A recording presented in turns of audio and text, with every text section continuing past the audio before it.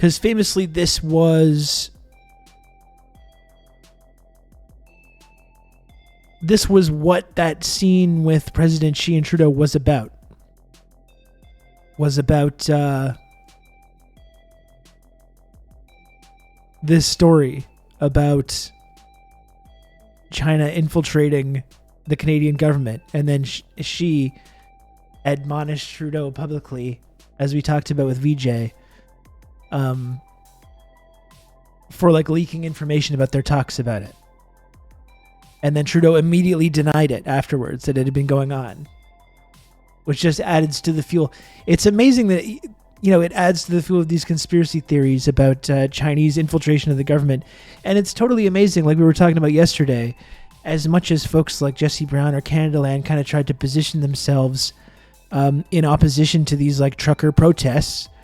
Like you're seeing with this story that CanadaLand's doing on this, that they basically agree, right? They're in basic agreement that, yeah, Trudeau and the Canadian government is under the control of the evil CCP, and liberals like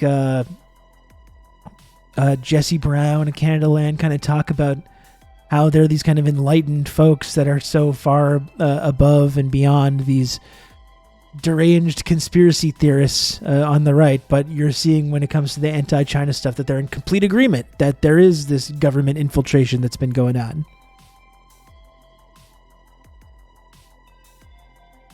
Canada pretending China cares enough to infiltrate is so embarrassing. I know it's like it's probably not true, but it's the kind of thing that if it is true, I support it.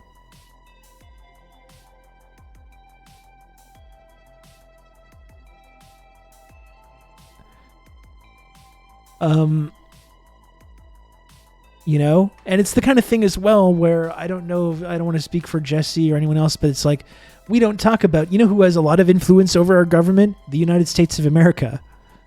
Maybe we should discuss that a little bit, Maybe we should discuss that we basically don't have a foreign policy and we take cues from the United States State Department.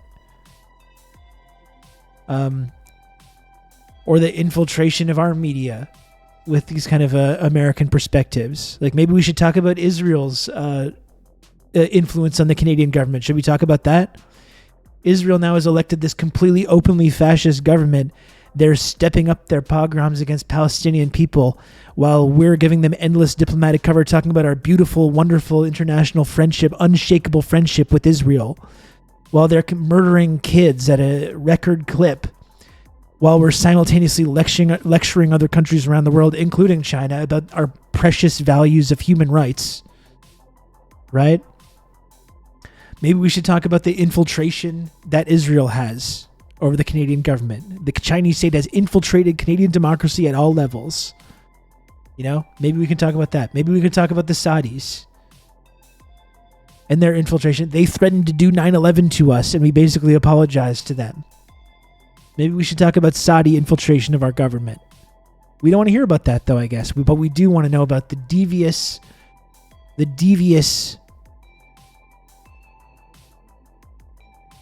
CPC infiltrating our government.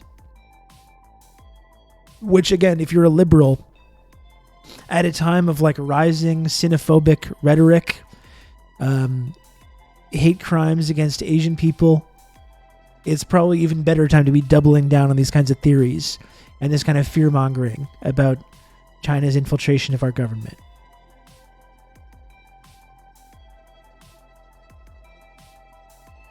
Just because it's the U.S. playbook doesn't mean it's how the enemies of the U.S. play the game.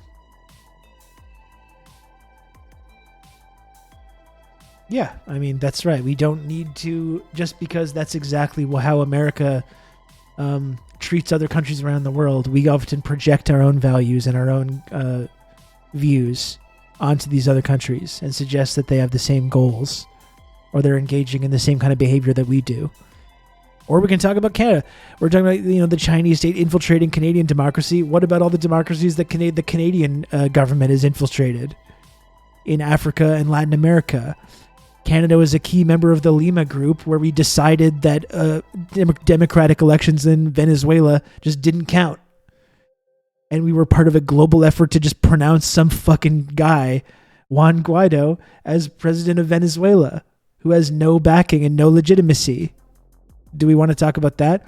Do we want to talk about Canadian mining interests in Latin America or in Africa, or our work to destroy Haiti? Maybe we should talk about that as well.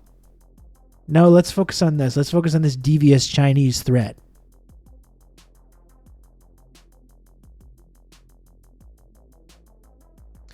We get together with our friends and decide who wins in Haiti like every election. Yeah, this is what I'm saying. I think we should give a listen to this. I think we should listen to this.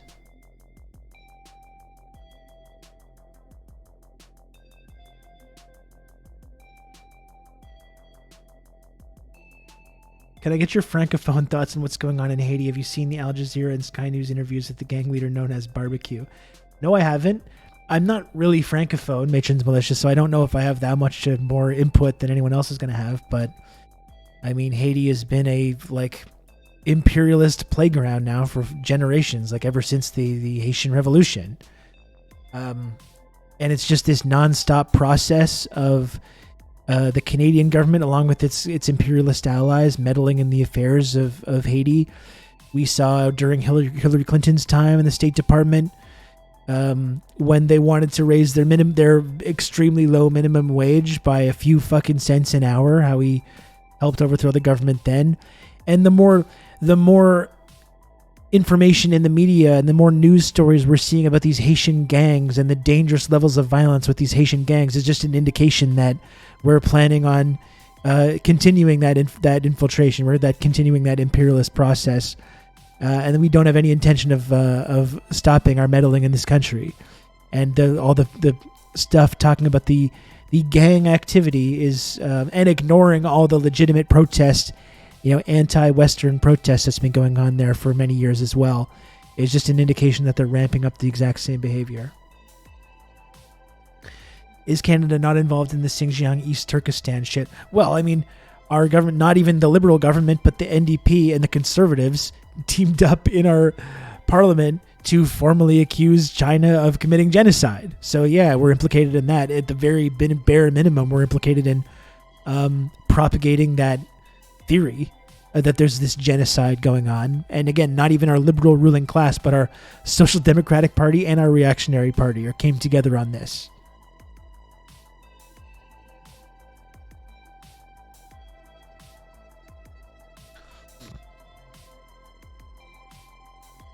Hey, Robin Roblings. Happy Wednesday. How's the overthrowing Western governments for President Xi going? Or we're going to find out, Doc. We're going to find out.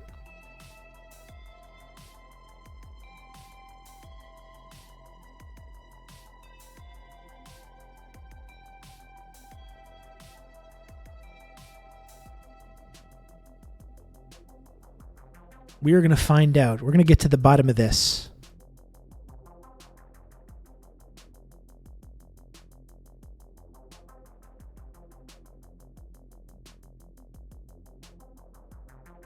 We're going to get to the bottom of this story, this explosive story, folks.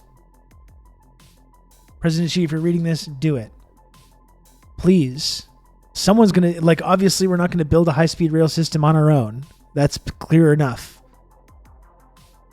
As I've been advocating for repeatedly on this program, not only do I hope that they do infiltrate the government using these covert methods, but I hope that we just straight up join the Belt and Road Initiative eventually, so maybe they can actually help us build some infrastructure. Clearly, we're incapable of doing this. Clearly, we're incapable of building these big infrastructure projects, so maybe we should start working with someone who can do this, right? We can't do it. We're not going to fucking build the rails, so maybe someone can.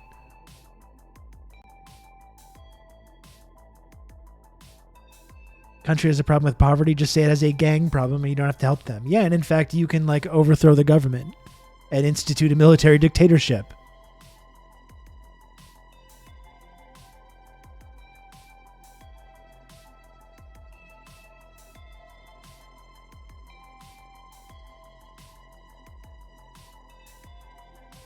Canada doesn't have high-speed rail either. I mean, no, we don't. We have a rickety old system that's falling apart and is prohibitively expensive to use, despite the fact, as I've mentioned a number of times.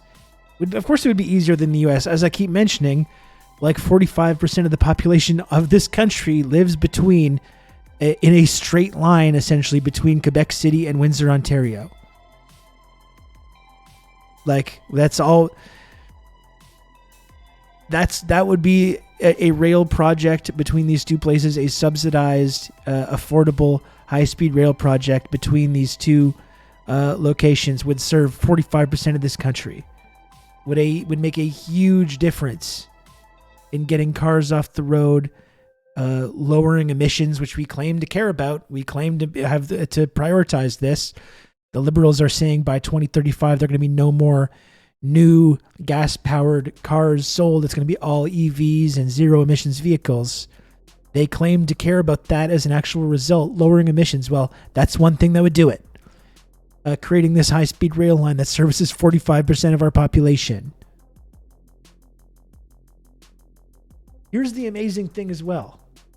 This is something that I found out just the other day while we're on this subject. Let me see here. It's in my bookmarks. I bookmarked this a couple weeks ago and intended to talk about it, never got around to it. It's a good example that we can do it.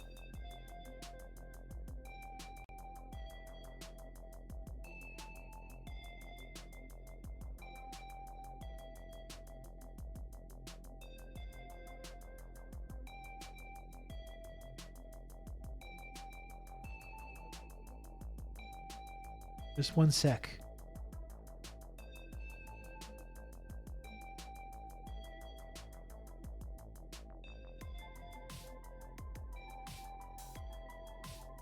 Scrolling away here.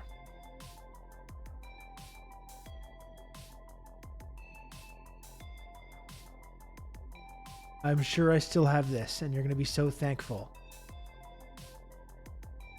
You're going to be so thankful that I found this. Yes. Check this out. Here's a little bit of hidden history for you from this country. I never realized this. We talk all the time about high-speed rail and whether we could have it or not have it. Well, did you know? I didn't know this. Remember that in 1970, while CN Rail was still a public crown corporation, it developed a high-speed turbo train capable of 274 kilometers per hour. In 1970, we had a turbo train being developed in 1970. We could have this. We could have this system by now.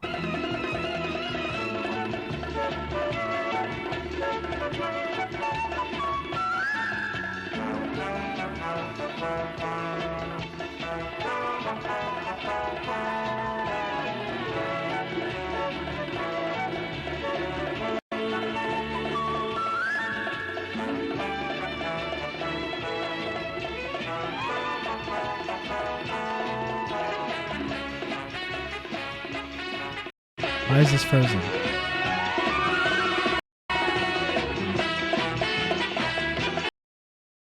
Jesus Christ.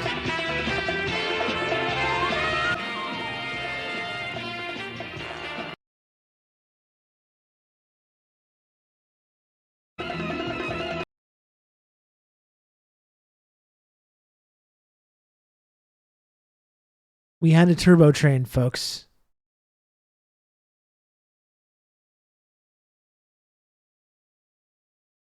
The Avro Sparrow. You know, that's the stuff so frustrating about this, right? We have the technology, we have the means to do all this, and we've just decided not to. And we've seen in China since like 2009 or whatever year, I believe is the year they started really working on this, expanding this project. We could have actually had this by now, you know? And it would make such a huge impact on people's lives, on the climate, our emissions, all these things we're supposed to claim to hold valuable.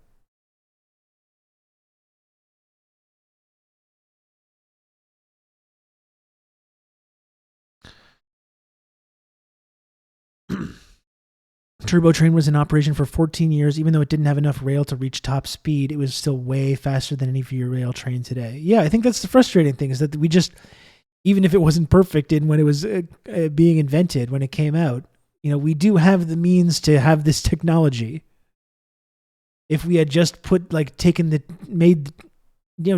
time and effort and put the energy and resources into building this infrastructure, we would live in a completely different country right now. And now it's 2023, and we're not even anywhere near even beginning to have we're not even having a conversation about it. Let alone we're not even beginning the project. We're not even talking about doing it. We've gone backwards in so many ways. Anyway.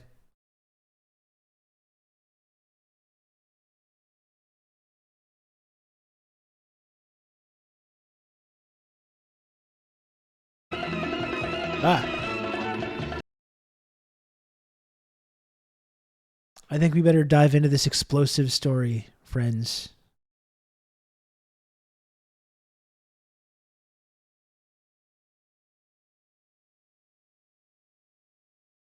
Auto and Gas gave big donations to candidates that would destroy mass transit. How is this not fucking corruption? It would be nice if we lived in a country where corruption was actually taken seriously and, even punished maybe if there's some consequences for this kind of stuff. Yeah, there's going to be hyperloops though any minute now, any moment. They're going to figure out how that shit works. What's the deal with CANADALAND? Is it supposed to be leftist? I don't know. It's I know they're big critics of the establishment media in this country, and maybe tell some stories that the established media is not telling. I don't want to say everything they do is worthless. I don't really believe that.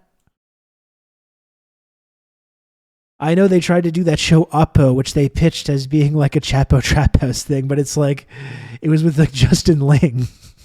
That was, which just speaks to how completely the complete lack of anything resembling a left, such as it is, exists whatsoever in this country. Yeah, Jen Gerson and Justin Ling. Unbelievable, yeah.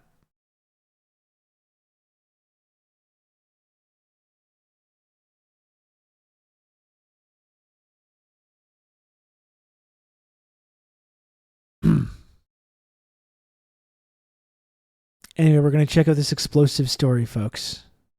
Very scary, very dangerous stuff happening with this infiltration of the Canadian government by agents of the CPC, not the Conservative Party.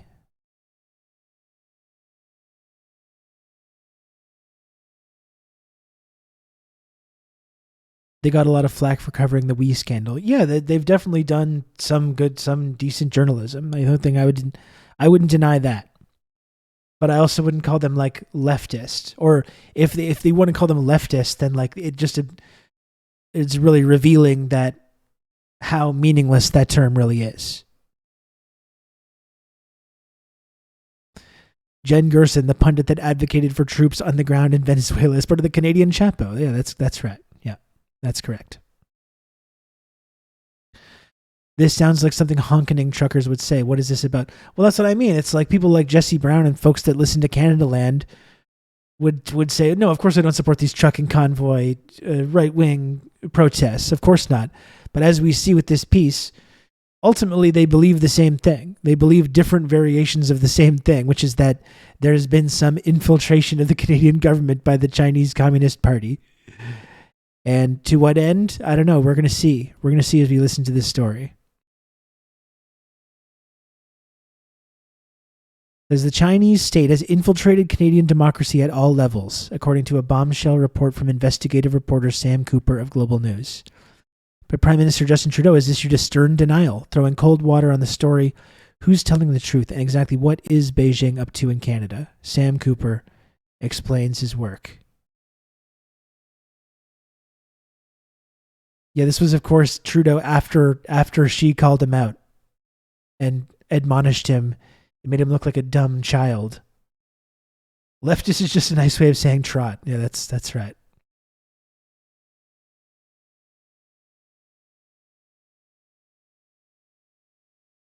I wouldn't even call like Jesse Brown and Canadaland Trotskyists though. It's like they're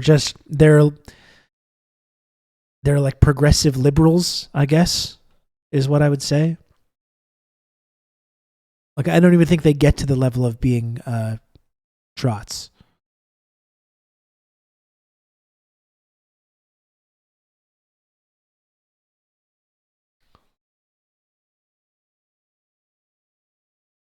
What is Beijing up to? We're gonna see. So this is after President Xi admonished Trudeau in that hilarious clip when Trudeau like slunk away like a wounded puppy.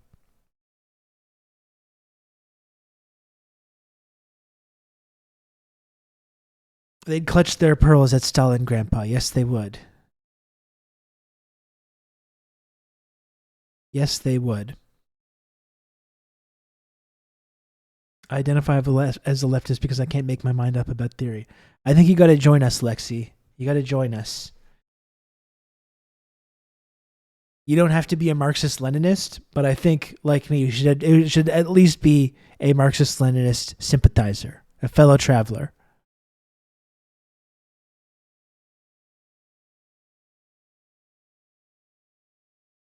The Trudeau clip with President Xi, yeah, it must be.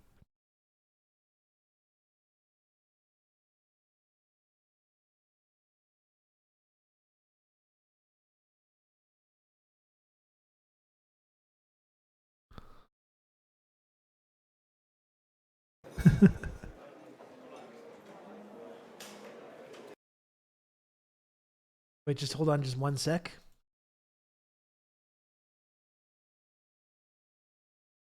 Okay.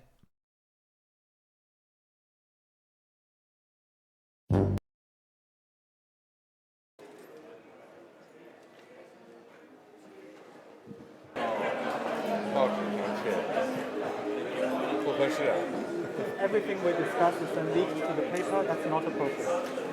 而且我们也不是那样进行的。And that's not how the way the conversation was 如 conducted. 果有诚心，咱们就用一种互相尊重的态度来进行很好的沟通。If there is 否则这个结果就不好说了。You know this guy speaks English too. on your part, free and open and frank dialogue, and that is what we will continue to have. We will continue to look to work constructively together, but there will be things we will disagree on, and we will have 些 to 可以 continue. 建设性，但是创造条件，创造条件。 Let's create the conditions first. 好，好。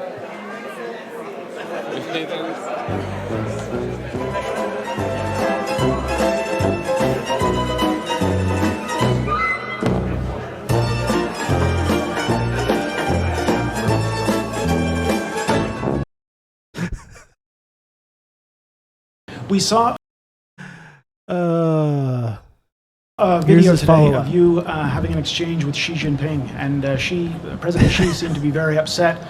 He accused you of leaking the contents of a conversation that you two had on the sidelines of the G20. I'm just wondering, why was President Xi so upset? Was this a misunderstanding? Did you offer him some kind of assurances that you wouldn't talk about this?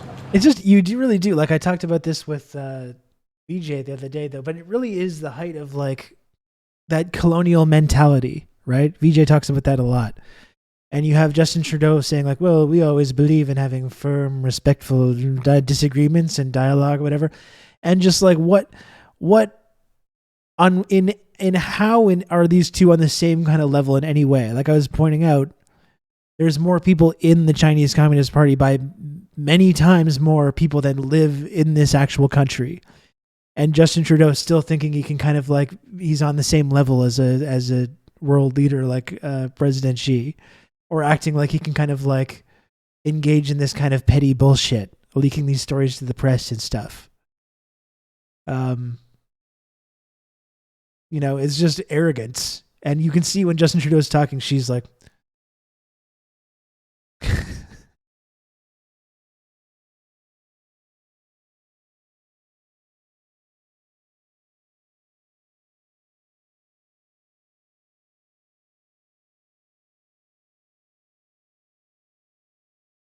let's hear what Trudeau responded with. First of all, not every conversation is always going to be easy, but it's extremely important that we continue to stand up for the things that are important for Canadians. This is something we always do, and we will continue to. I highlighted areas in which we can and should be working together. A good example is the Nature COP15, being held in Montreal over the coming weeks. At the same time, as I highlighted, areas of mutual concern. Seriously, Graham. Geopolitical challenges, from the war in Ukraine to the situation in North Korea. I also highlighted things of preoccupations to Canadians. We caused the situation like in North Korea. the question of interference with our citizens, and highlighted that it's important that we be able to have dialogue about this. But part of our values as Canadians is being open and frank about the conversations we have, keeping Canadians involved and apprised of what it is that we're doing and the conversations we're having here, and that's exactly what I did. Why do you think, though, why do you think he was so upset? What was the message that he was trying to get across to you? Do you think this was a power play of some kind? We know that China is an important global player in the economy and has a very big impact on events around the world. Canada needs to be able to engage constructively and directly on areas we can work together, while at the same time we continue to be there to challenge on human rights, on values and principles that matter to Canadians, and look to advance the interests of Canadians. And this is something that we're going to consistently do in a clear and hopefully a constructive way.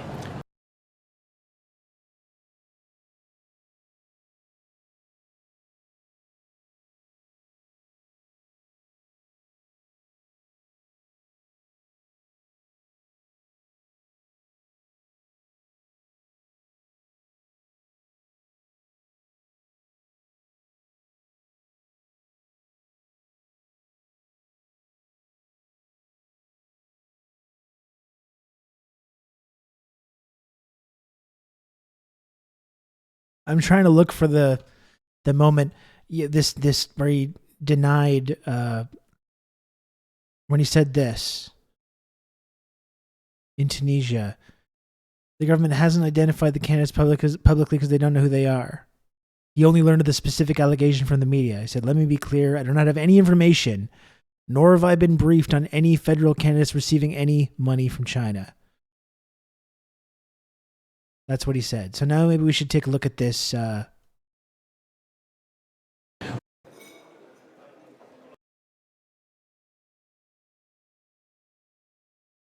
候这个结果就不好说了。有些可以。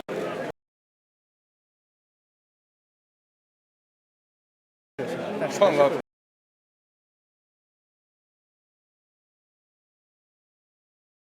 Now, just one second. I'm just going to take a screenshot so I can tweet that I'm live covering this explosive story.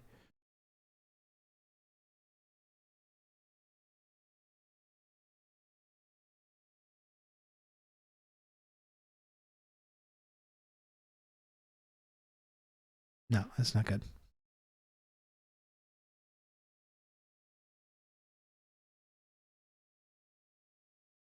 Take my screenshot here.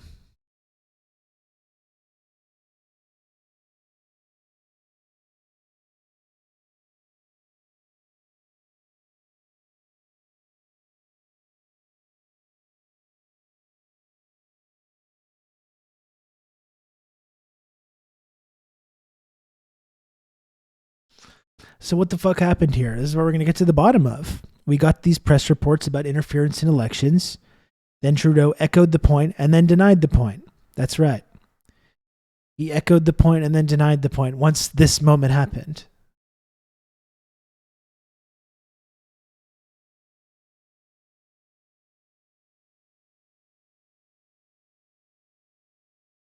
You know she speaks English too. You just know he does.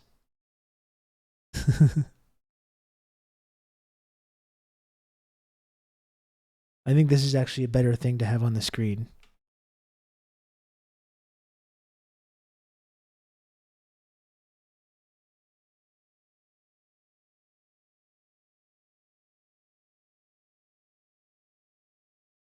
Okay.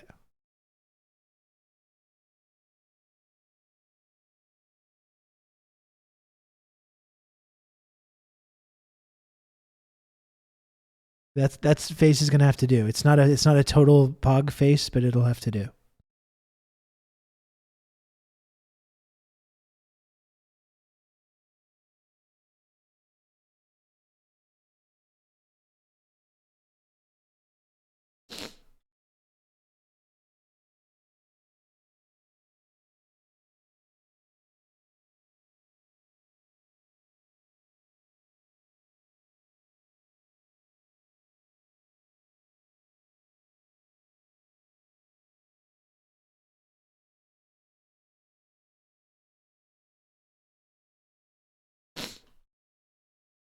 Okay, done.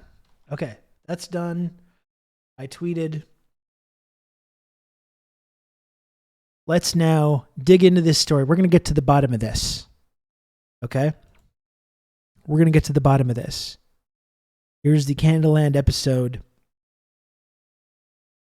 featuring Sam Cooper of Global News. Let's find out what's going on here.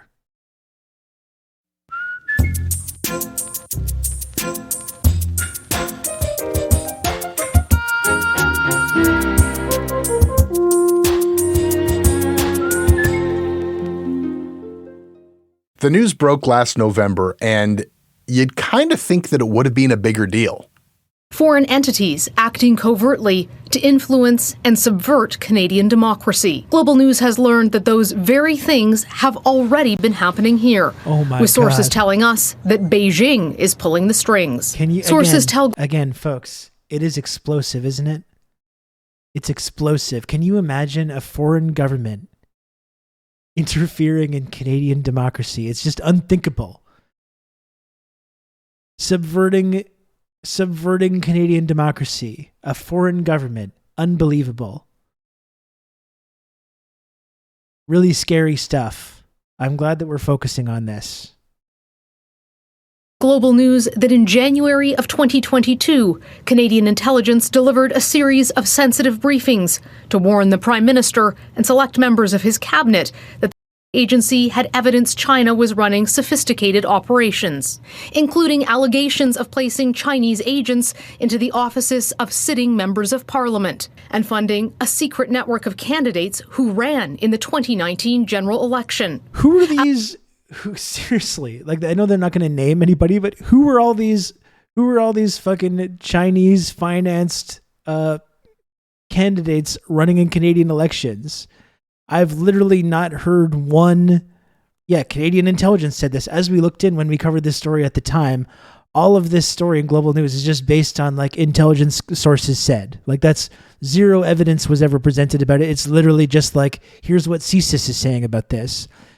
Here's where my unnamed sources in the intelligence community have said it, and here's the official CSIS comment on it. That's literally the amount of journalism that's been done about this. But like, who are like, seriously, in our discourse, there's not one person that's not advocating for more conflict with China. Like, who are these pro-China people in the Canadian government? I have not heard from one of them. Like I was saying, in the lead up to the election, you had the NDP and the Conservative Party coming together to officially accuse China of genocide. You have these constant lectures coming from the Liberal Party as well, even though they have to work with China as well. Who are all these like pro-China MPs? Yeah, I would actually vote for them. I would vote for a candidate that was actually advocating taking this terrifying radical stance that we should not be antagonizing this like emerging global superpower, and we should not be playing fucking chicken with them at the behest of the US State Department. I would love for more people in our government, in our political system, or our media to be making this argument. No one is doing that, though. There's no one that is doing that. So like, what is the problem exactly? Is there a problem literally, like when it comes to like the reporters on this or Jesse Brown or whoever? Is there a problem that our government is not antagonistic enough towards China? Is that really the issue?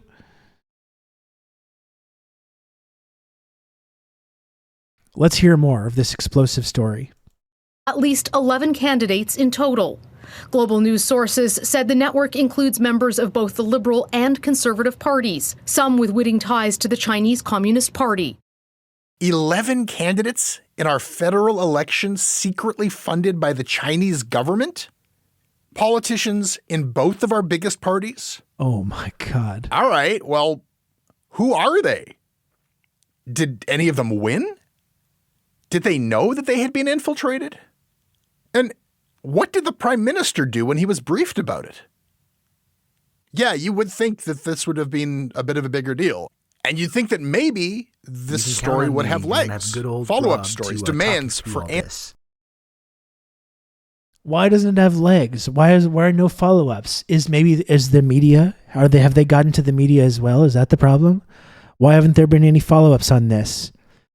We're often saying how soft on China our media establishment is. Maybe this is just another example of this.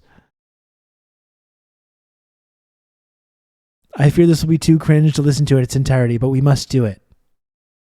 We must do it. They could have backed Rob to round it off to an even dozen. As I've been saying many times, I don't need to be a big shot. I don't need to have a 6-figure salary. It would cost nothing in the grand scheme of the resources that China has. It would cost them basically nothing, just to pay me a living wage to do this program. You know, I'm still waiting. Maybe if someone tunes in and has that kind of ability to make a call to someone, I would be more than happy. I wouldn't even do it secretly. I would just tell you. That's what was going on. I would be fine with that. Yeah, a lot of that energy for sure. That's all right, Frank. We're just new. You might as well just call the country New China.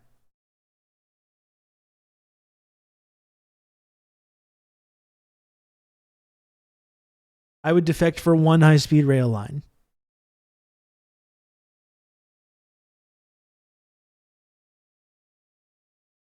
Anyway, let's hear more of this. I'm already fucking losing it. It's 1:45 into this podcast. Again, folks, we're talking about who's not talking. Why is no one talking about this? These 11 candidates. And we don't ever want to talk about the infiltration or the meddling that happens with the US government, the Israeli government, the Saudi government. There's all kinds of governments that are meddling in our politics. And I'm sure there's many politicians that are taking money from these governments. Do we want to hear about that though, or what? I guess not. Does Canada engage in the exact same behavior in Latin America and Africa and and Haiti and all around the world? Don't want to hear about that either. I can't wait for the HUAC trials part 2. My promise to you, though, is that if I ever get hauled in front of a committee, if things start to get really bad and I get hauled in front of a committee, I'm not going to hedge, okay? It's not that I'm just not going to give people up. I'm going to be like, yeah, I support these governments. Yes, I'll just tell them, okay? This is my promise to you as in the community.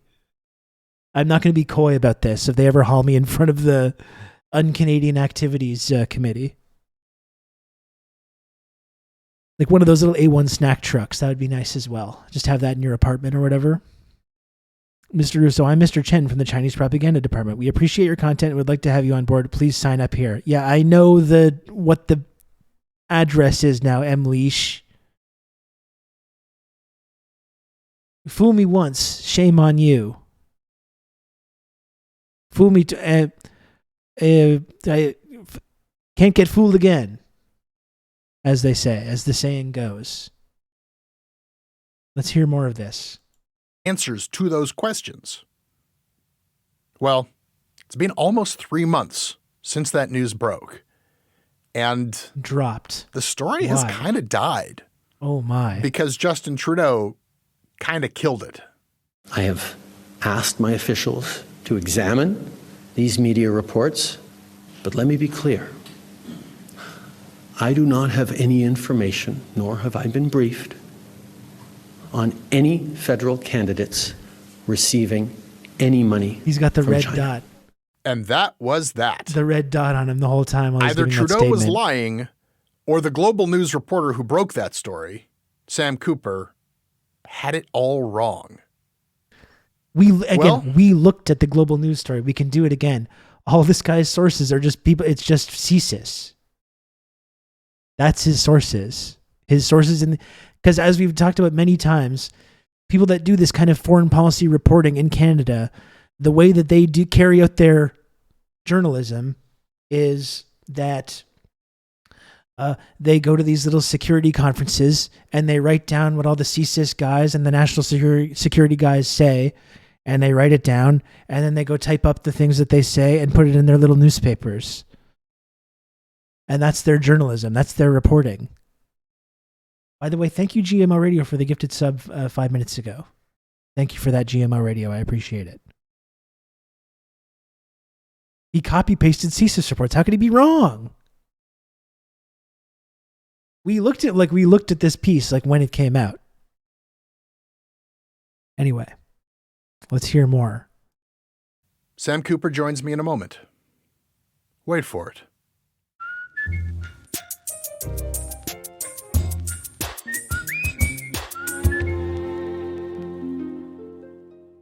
This episode is brought to you by Denise Bouchard-Wood, Jeff Burling, Cohen Hammond, Greg Cooper, Ann Bryden, Alberto Palomino, Sahel Usin Rojas, and Joe. I'm Joe, a video editor living in Toronto. I started supporting CANADALAND to help get the Thunder Bay podcast series made.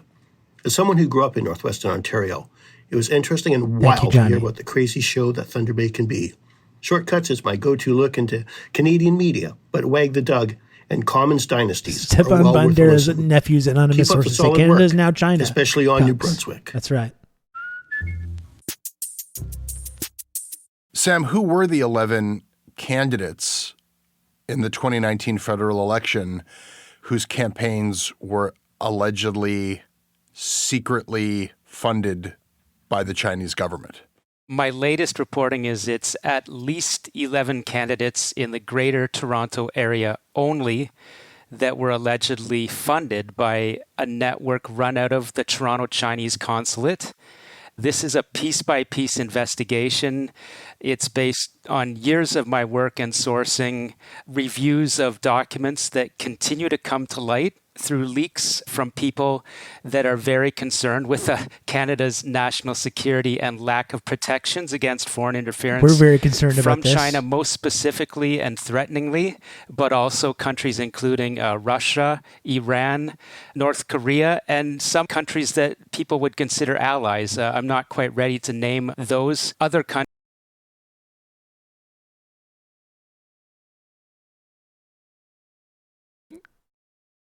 Jesus. All the official bad guys. This guy's really concerned about all the official baddies meddling in our democracy. And even you might even be surprised to know that there's some countries that we consider allies that are also engaging in this kind of practices. Oh my, I'm not ready to name. No, we could never do that. We must focus on China and Russia and North Korea's meddling efforts in our democracy. We can never name names though when it comes to our wonderful allies engaging in the exact same behavior or actually successfully engaging in the behavior. Where where all these famously pro North Korean Canadian MPs. Now we know why they keep popping up. Good old Rob to talk you through all this. Okay, this is getting absurd. Now we know why all these pro North Korean MPs keep coming out of the woodwork, and now we know why. Lodane, thank you so much for the 27 months of Tier 1. Thank you, Lodane. Welcome. We love Lodane, folks. I've heard North Korea has 69 candidates running in Canada right now. I've actually heard that the Chinese and the Russians and the North Koreans are using this shadow group running out of the Chinese consulate known as Ligma. That's financing a lot of these candidates. Maybe we should look into that. Very, very dangerous stuff. countries. I hate to sound like the cops that I would question as a journalist, but this is an ongoing investigation where I'm not only getting information from people in very sensitive positions in government, but people in communities that are giving me information about what they confirm and corroborate are people in this Chinese threat network. Where Chinese I am at threat Global News, network. we are very currently working on putting forward names and specific details about candidates that my sources indicate were targeted by a network from China. And it's important to say this is a global network that's called the United Front Work Department.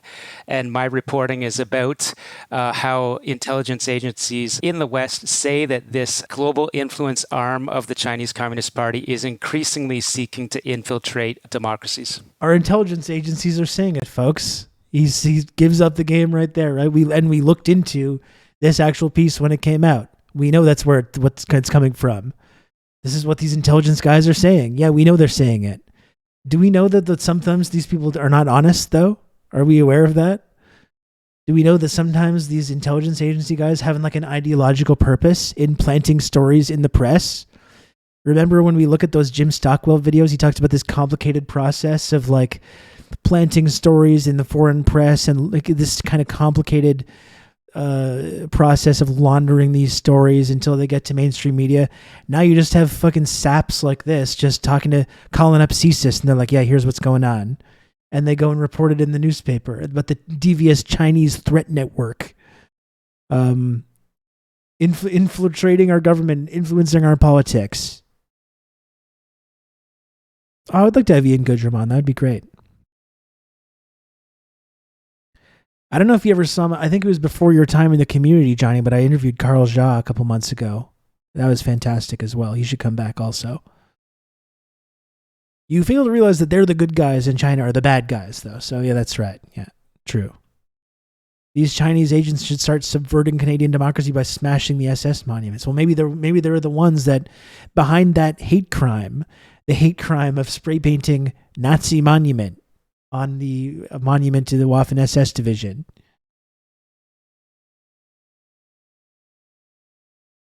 The CCP has dispersed a cabal of mind goblins under the ideological umbrella known as Ligma. Very scary stuff, folks.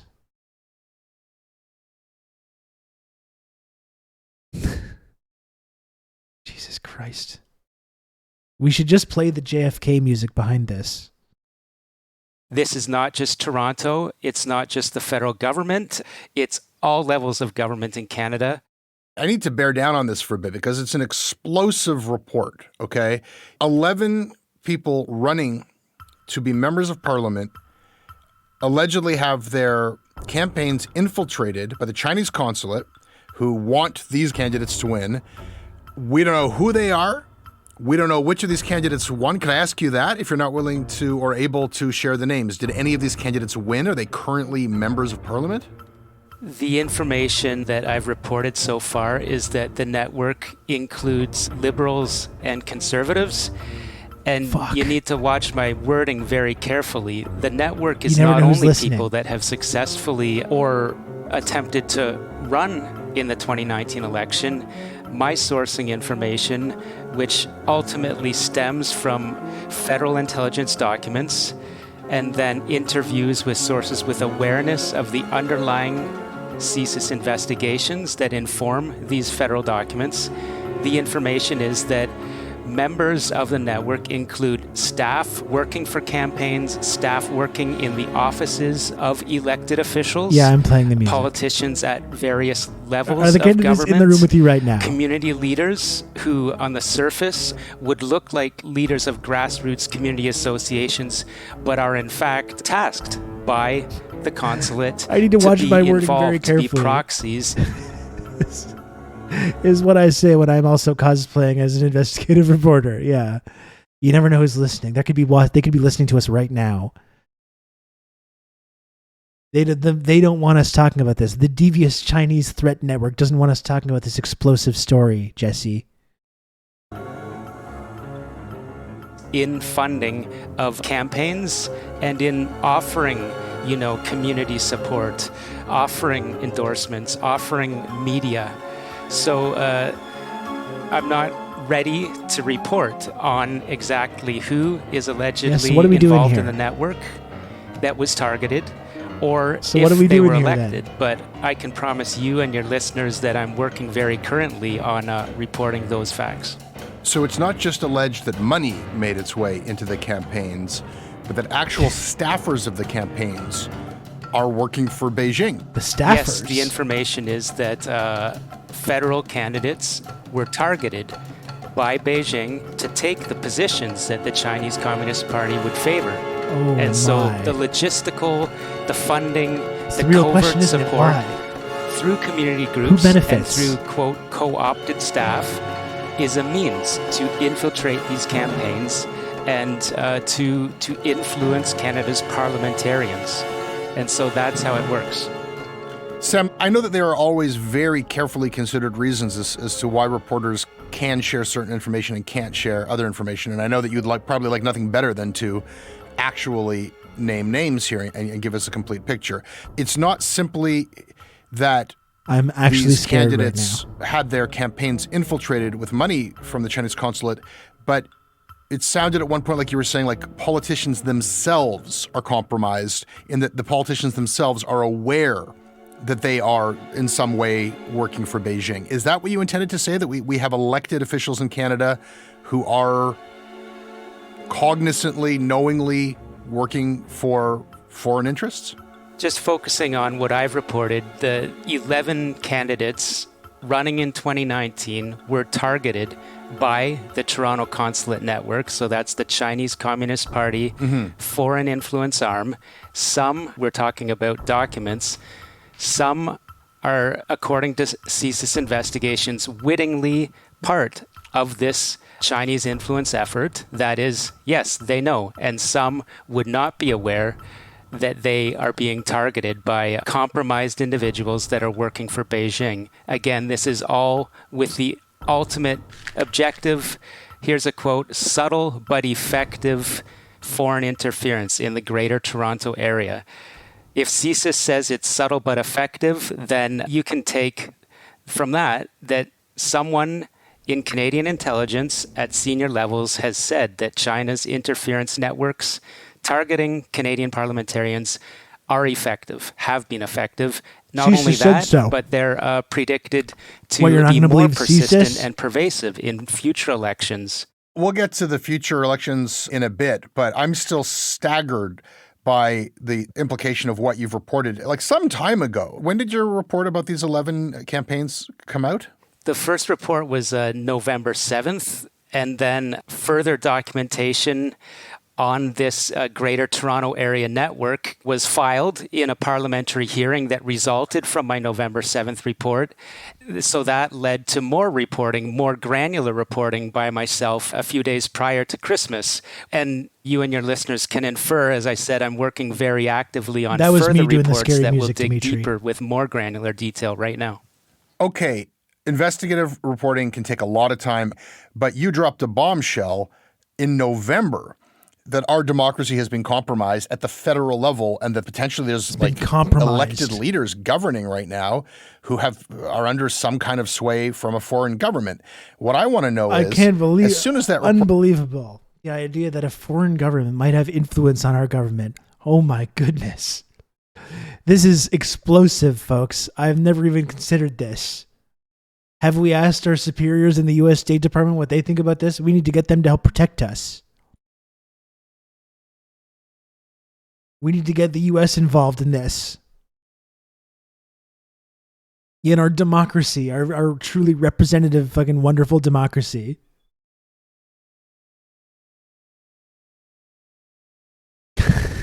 Again, like, first just setting aside the idea that, like, you know, there are many countries that have measurable influence, not just on politicians, but on our actual policy. You know, starting with the United States of America, but yeah, Israel, Saudi Arabia, numbers of countries that we can point to having like genuine, measurable influence over our political leaders and over the policies that they set out. Like, just setting aside that, again, where are all these pro CPC This man says there's 11 candidates. Who out there? I literally do not see anywhere in our media or our political class anyone making the case that we need to cooperate with China. I wish they were. Again, I think this is a stance that I happen to agree with. I know it makes me a crazy radical outside the mainstream in this country. Again, that I don't think we should be constantly antagonizing this rising global superpower. And I don't think we should be attaching ourselves to the dying, decaying U.S. empire. I happen to agree with that. I think maybe in terms of like climate change, the threat of global conflict, future pandemics, I think it's probably something that we should work with China on. We should foster a relationship based on mutual respect and understanding and cooperation. That's my crazy radical belief. I know it's totally outside the mainstream of Canadian media or politics, but if they've subverted our democracy so badly and they're funding this devious China threat network is funding all these candidates, where's literally one candidate, one political candidate that is making this claim, that is suggesting that we work with or cooperate with China in any way, or pushing back about any of the scary stories about human rights or any of that stuff. No one is doing this, Jesse. No one is doing this. No wonder this country is no wonder this story is a dud. What are we supposed to be scared about here? No one in this fucking country, in the media or political establishment, is doing this.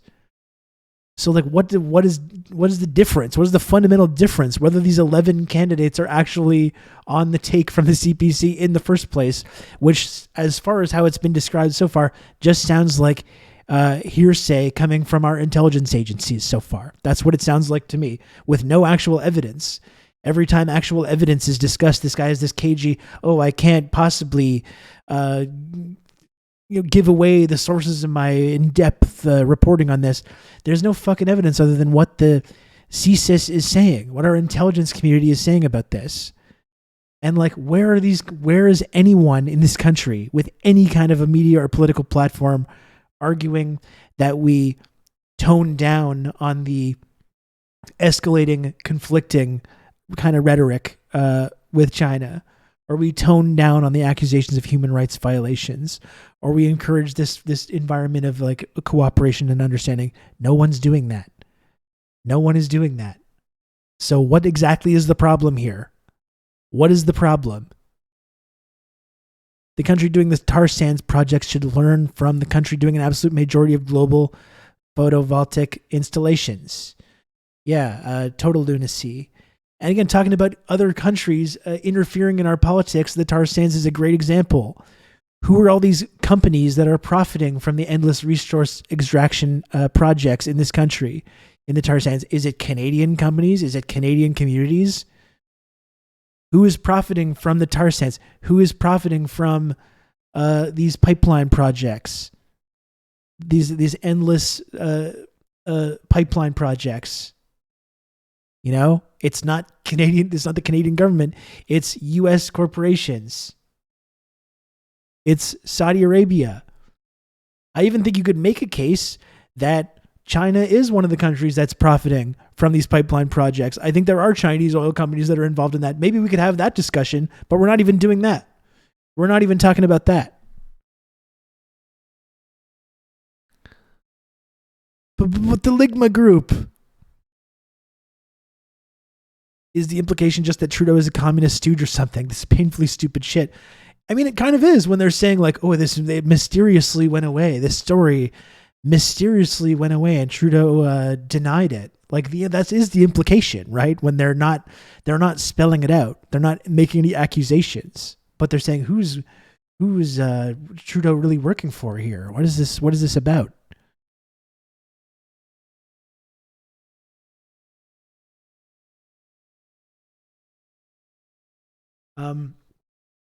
Yeah, I do. Like I said, I do believe there is a Chinese oil and gas company that's involved in the Coastal GasLink pipeline.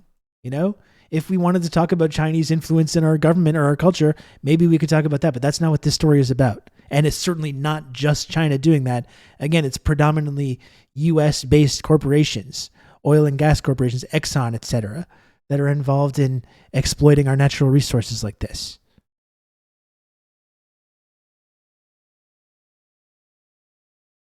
So if we wanted to have a conversation about foreign governments in interfering in our politics or our society, maybe that's what the conversation could be about. That's not what this is. This is like warmed over McCarthyist horse shit.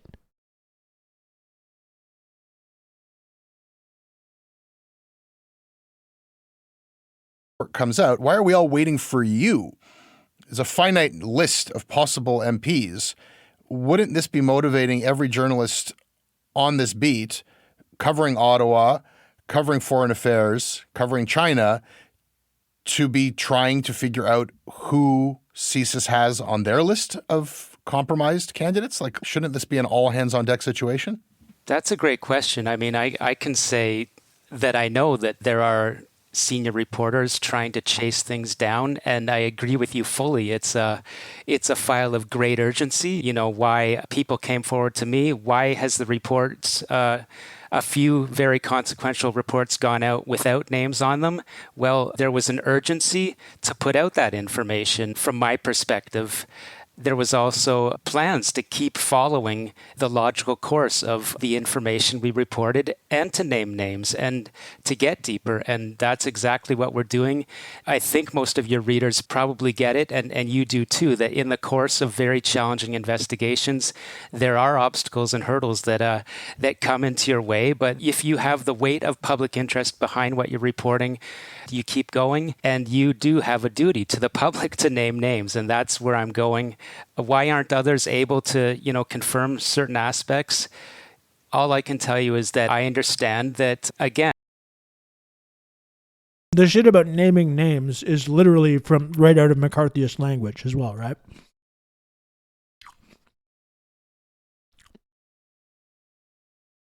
Talking about foreign influence while they permanently changed their website colors to the Ukrainian flag. Is that what they did? Is that what that is? That's not a coincidence?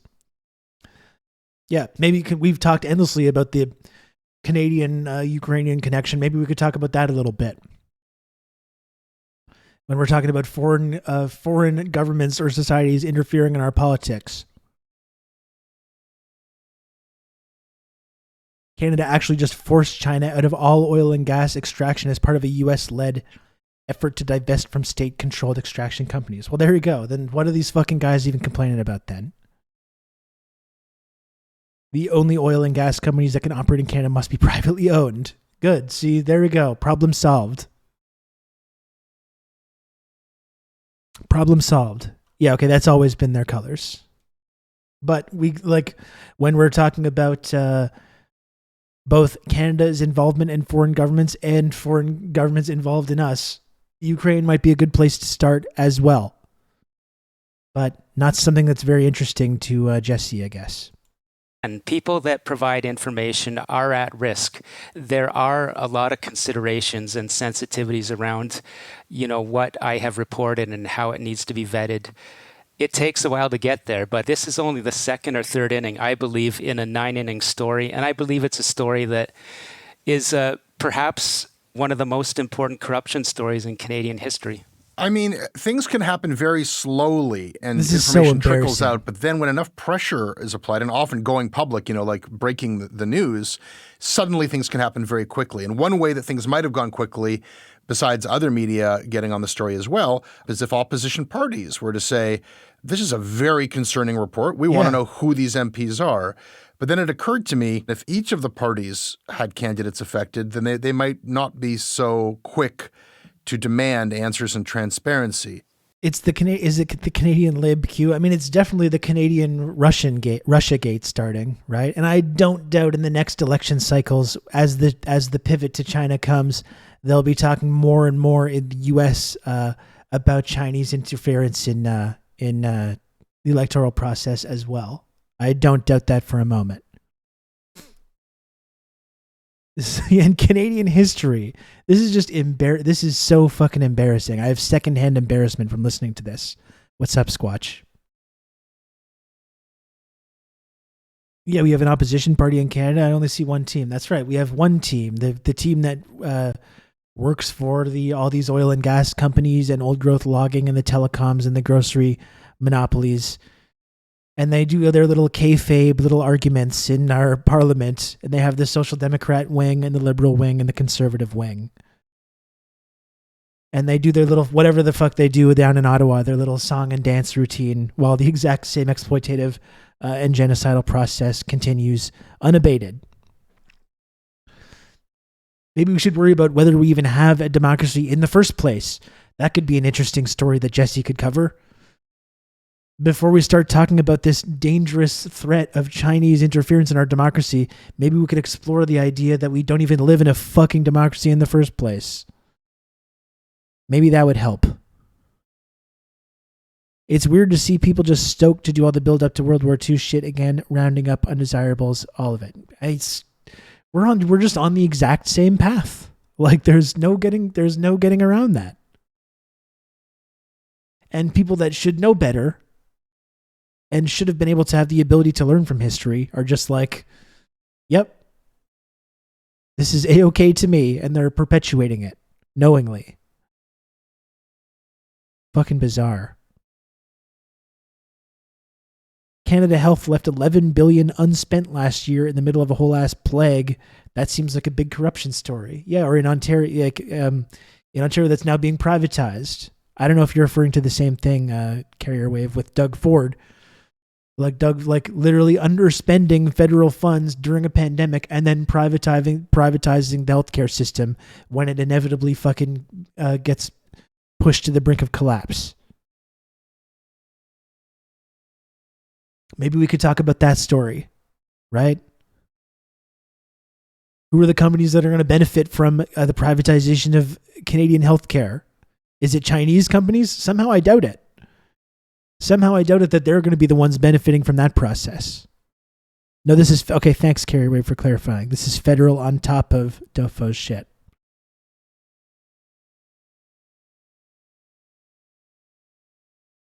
Rewritten or one-sided Western perspective version of history is what's taught in schools in the West. I mean, but what... The amazing thing to me, Squanch, is that I thought it was like still a basic understanding, like the whole double genocide theory was Holocaust, at least Holocaust revisionism.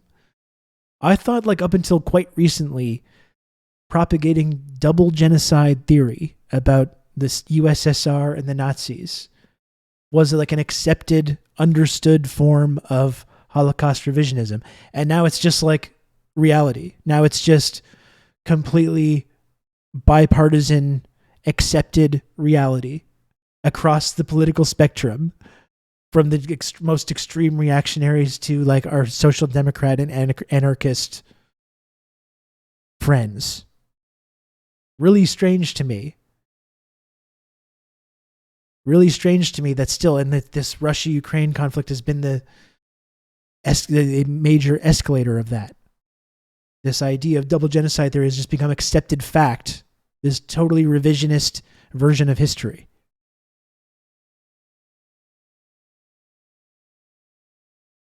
Really fucking dangerous. Well, I think there is something to what you're saying. There's a committee hearing that resulted from the reports that I started on November 7th, where we've heard from Conservative members and NDP members saying exactly that question. You know, how bad is this problem? Who are these 11 MPs? And, you know, I think one of the challenges is that it's so urgent. The allegations are so powerful and, you know, it's so complex what I'm saying is going on that it's not easy to question the government as information trickles out, you know, as it sometimes happens in these stories. And I think you're very familiar with the WE file, how new information comes to light and then it becomes a big deal in the government. But I think the WE file, we could probably more point to one government and even one family in government than a lot of others. This isn't even a scoop, really. Look, I've seen the information that, of course, this is not only one party, it's all major parties that are targeted not only by the PRC, but other nations. But I'm going to reiterate, the threat is by far the most the People's Republic of China and their United Front influence networks. And again, not just the federal government. We're talking from school boards to municipalities, provinces, up to the federal government. They got everything. You think I'm just talking about candidates? We're through the looking glass here, people. That's literally what they're doing. The greatest threat. They got the school boards all the way down to goddamn dog catcher. You're free. You don't even know your neighbors. How much do you think you know your neighbors, folks? You're kind of the old neighbor. Well, they could be Chinese agents as well. You never know where they are. They can fit into any culture. The school board. Seriously, it's embarrassing and it's funny, but it's also just like fucking dangerous. Again, we live in like an unprecedented time of like anti-Asian rhetoric and hate crimes against Asian people, and this nonstop propaganda campaign against China has been a central instigator of that. And now we have our like independent progressive media mainstays in this country gleefully like throwing kindling on that and talking about a dangerous historic threat to our society and politics by these devious infiltrations on the part of Chinese nationals. Like this is what our progressive, liberal, independent media journalists are out there propagating. Like what the fuck? Seriously.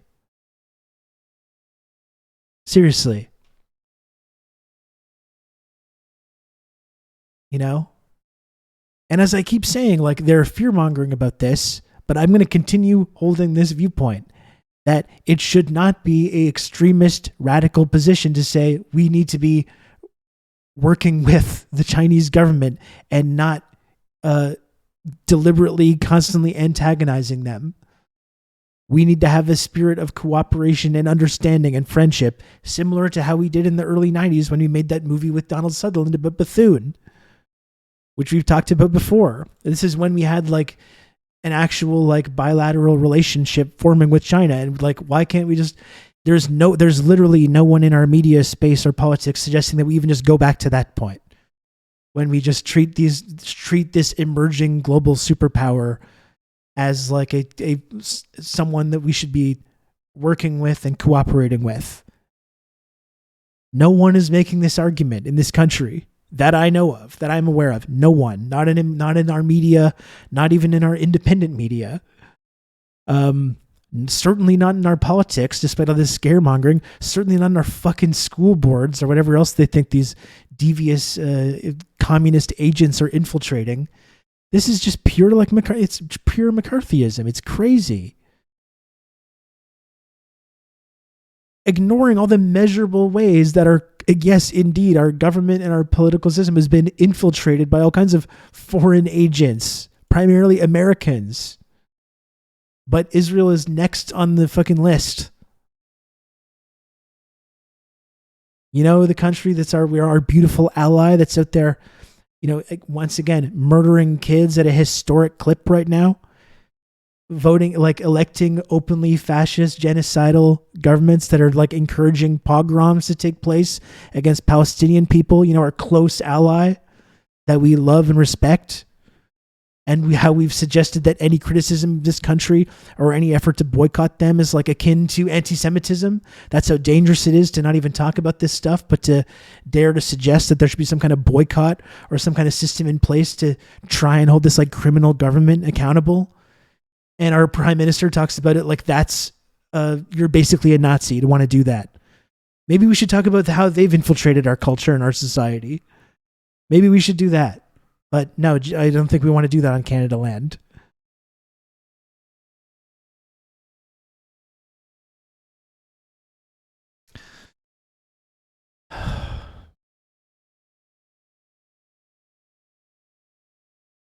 These ghouls are literally pushing for a foreign agents registry.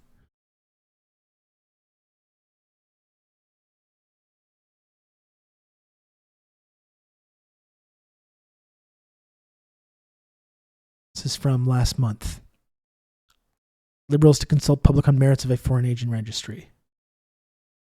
Public Safety Minister Marco Mendicino speaks during a news conference in February in Ottawa. Mendicino said in an interview that the government will consult the public on whether Canada should follow the lead of key allies, including the United States and Australia, in establishing a registry. And again, will we be that would be my question if we establish such a registry at the behest of our strong allies in the United States? Will we be registering any potential foreign agents that are from the United States? Somehow I doubt that. Somehow I doubt it.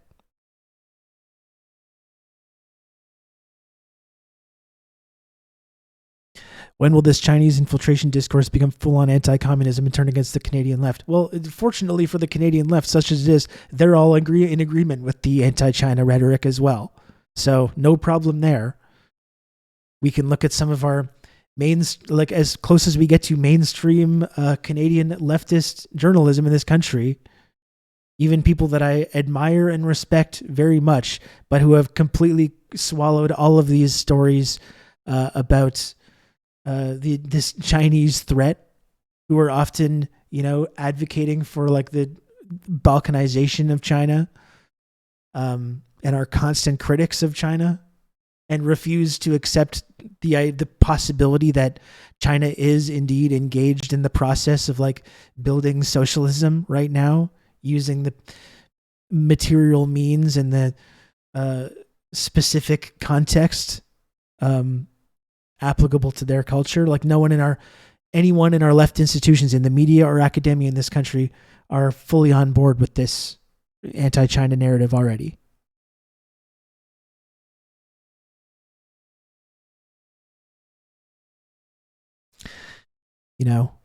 I'll keep saying it. It's just strange to me. Like, I feel weird being like I'm one of the only fucking people in this country with any kind of a platform that's taking this position, which should me again. I'm just going to keep saying it because it makes me feel insane. But this position that I don't think should be like radical or extremist, or certainly not anything that we need to have these like McCarthyist investigations into this possibility.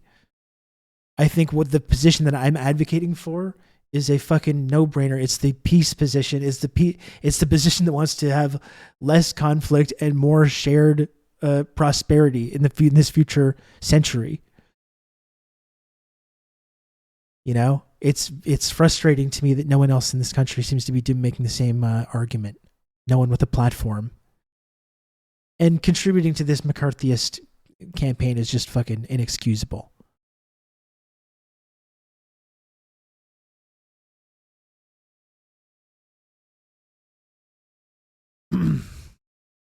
Let's hear more of this thing that's driving me fucking insane with anger.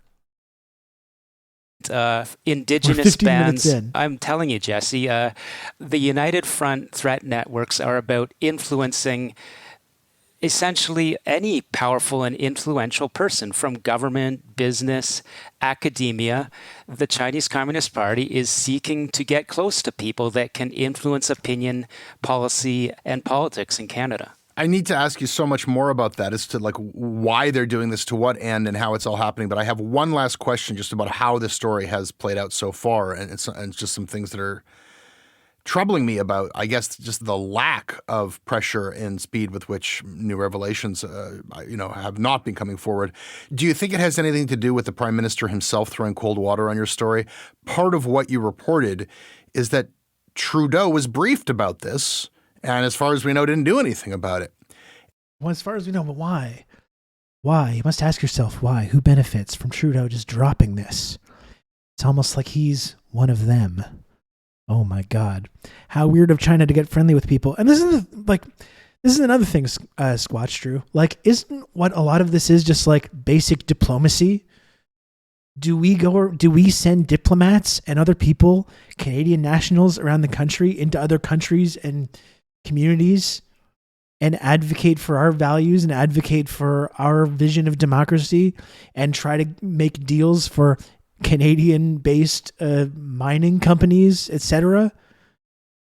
Isn't this what just countries do, like to try and influence global politics? How is this any different? We don't think the United States of America engages in this?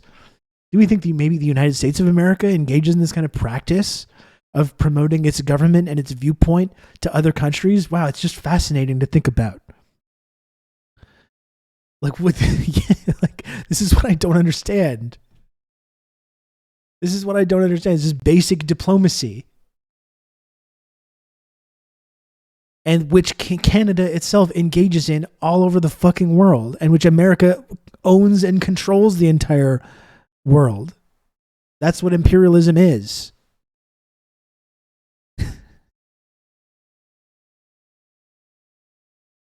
It's bizarre to me, this viewpoint, which seems to be held by most people in this country.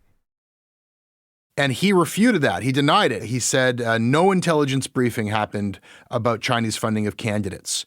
And, you know, I think that the casual reader might be forgiven for like, is he saying that the whole story is bullshit? Or is this some like very specific semantic excuse? Like, why are we having a conversation about what Trudeau knew and when, as opposed to what the hell we're going to do about this? Like, what did and whether he or know not it's and true. when did he know it? Do you think that Is the he Prime gonna Minister name was names? effective at This is the essentially language slowing we're this using down? here. There were a lot of good thoughts in that question. And so to the first one, I'd start by saying that Even the talking about Prime Minister... academia, I mentioned like our academia, for whatever passes for like left-wing thought in academia in Canada, the vast majority that I've seen is like CP China bad. They're China bad people. Like, again, what are we even worried about? Apparently this influence campaign is not going that well. It doesn't seem to be having much impact on the people in this country. So why are you fear-mongering about it?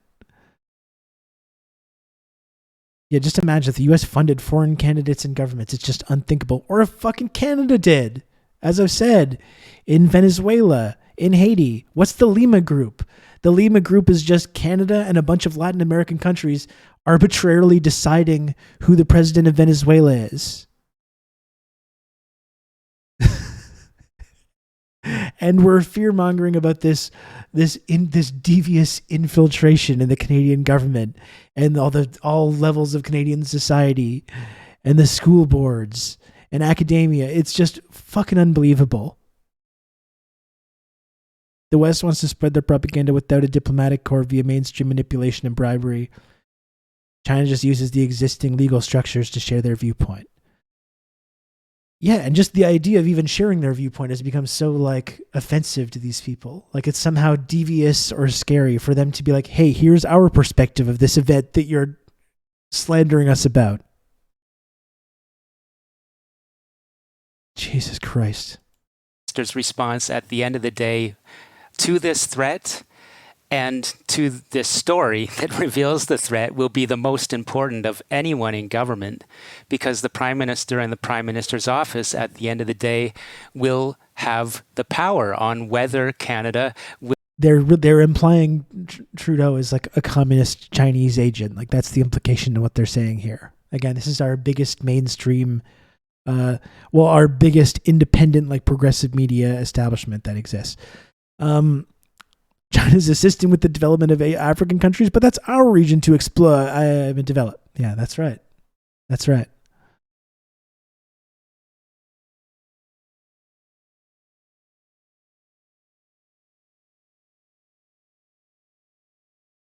Meanwhile, citizens are getting long COVID effects and get to deal with it. Must fixate on China and the school boards, though. Yeah, while China tried desperately to avoid making COVID worse and shutting it down, which we refused to do. Jesus Christ, this is so much worse than I imagined. There's so much more to listen to as well. Will follow the lead of Australia, which is what Canada's panel of national security parliamentarians are recommending to the Prime Minister and the Liberal government, that Canada should be following Australia's example to this very similar threat to their democracy and instituting a new Foreign Agent Registry Act and laws. And to color my answer, I've recorded that this bipartisan panel with access to sensitive national Australia, security the US records could. has been recommending such actions for, I believe it's 3 or more years now. And as we talked about with VJ, Australia as well, China, their number one trading partner and their neighbor. And at the behest of the U.S. State Department, this is the belligerent behavior that they're engaging in. Foreign Agent Registry Act. Great. Yeah. Great. I really like where this is going. No, it's not looking better than the U.S. CSRM. And as I've been saying, it's like even the few things that maybe separated Canada from the US, like our national healthcare system, that's going away too. So get ready for that. Very specific, Jesse. Australia is an exemplar. Your readers can go to one of these redacted reports and find that. And that, Canada's national security is threatened. Our democracy we is should never be facing following a what threat Australia of is erosion doing from these very aggressive games, as Mr. Trudeau called them. And yet...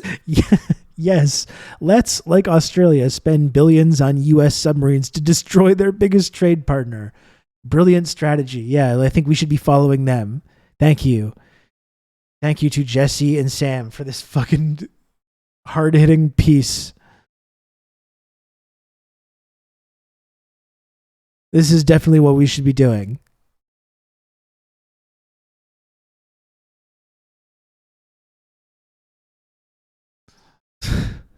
Circling back to my sources that came forward to me, they're saying, where's the action? There's ample evidence, there's no action. So has Mr. Trudeau, through media tactics of the Prime Minister's office, succeeded in maybe throwing some mud in the water, or, circling back to a metaphor, putting an obstacle in the way of the reporting or in the way that Canadians would receive it? I think that's the right question to ask. Whether, what was a very semantic parsing that ended up as a general denial, well, from my own experience, that's what I was hearing from people. And if they had that impression, they're dead wrong. Because at the end of the day, if you really parse the Prime Minister's responses, it seems to me that he's saying, using his voice, I was never informed that Beijing funded federal candidates. Well, Jesse, this was a complex story about a network being funded, and we never reported that the Prime Minister I'd love to was see told this guy's sources. Beijing It's CSIS. funded This is what I keep directly saying. 11 candidates. Uh-huh. I do think there's some parsing going on, and I do think the Prime Minister's office is capable of such parsing. Well, we know that, and there's a history of this. And sometimes when their back is against the wall, it's not even slippery language. They'll just lie. And they did that in the SNC Lavalin revelation from the Globe and Mail. They just said the story was false. The story was not false. This has been the playbook again and again.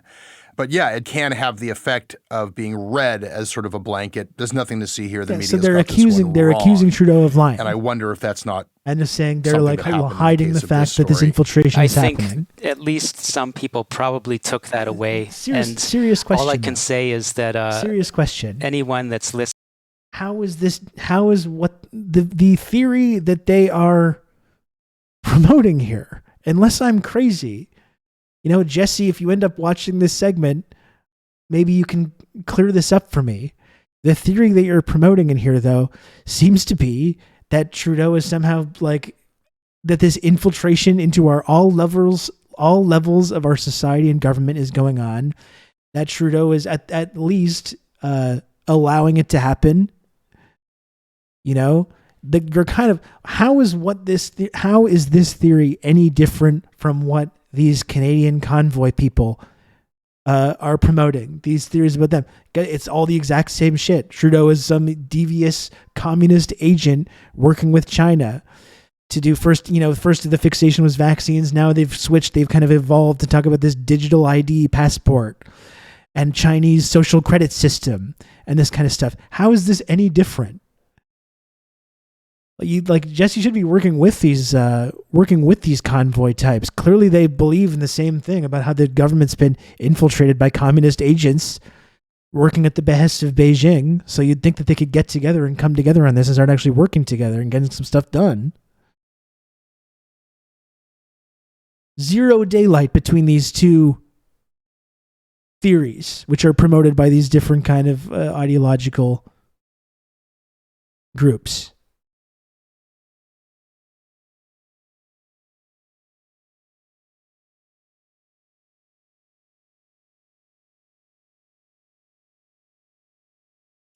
Can have confidence that this is all that I've been working on, getting out more stories with more details, and there's so much more to report. There's also a lot of obstacles. This is a story of great urgency, and I don't think you even have to infer to say that there's people in government that don't want these very specific stories coming out.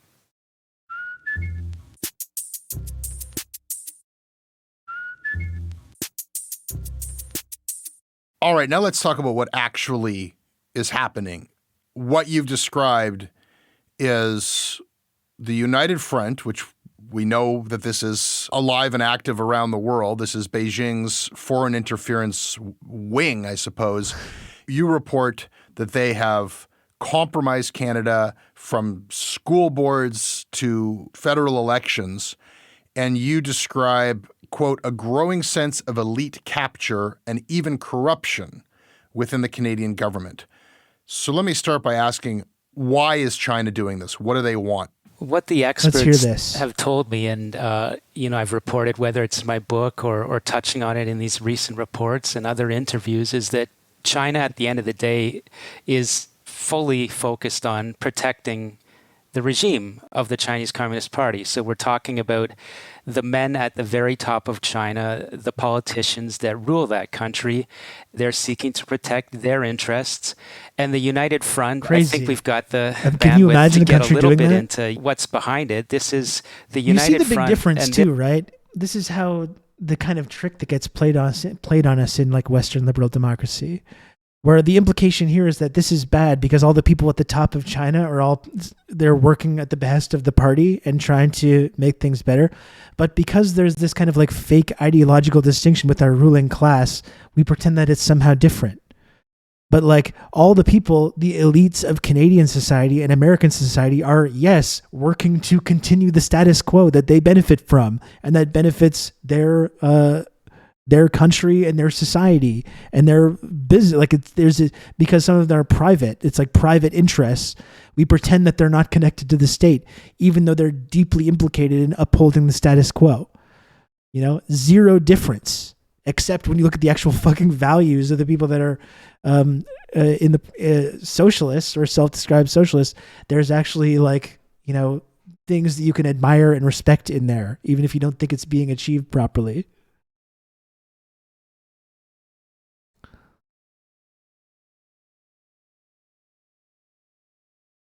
China works to make their party stronger. The West works to make our billionaires stronger. Well, that's the thing. There's this ideological coherence in our ruling class, even if they might claim that they're independent or belong to different parties. Ultimately, all the basics about how our economy operates and how our culture operates that they all benefit from, they're all in agreement on. And they all go to the same Ivy League colleges. They're all part of the same weird secret societies in there. They all go to the same cocktail parties, even if they might vote for different political parties, right? And we pretend that that's somehow different. And we say, well, Chinese ruling class, they're all working for the benefit of China. Oh, that's so fucking devious.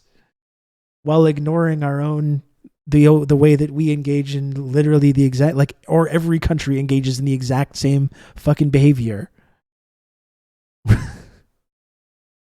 It's really ridiculous.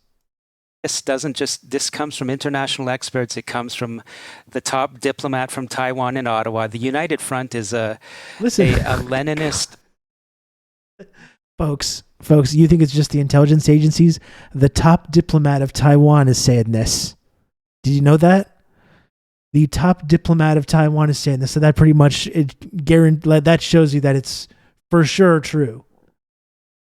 If the top diplomat of Taiwan is saying this bizarre anti-China conspiracy theory, well, then there must be something to it.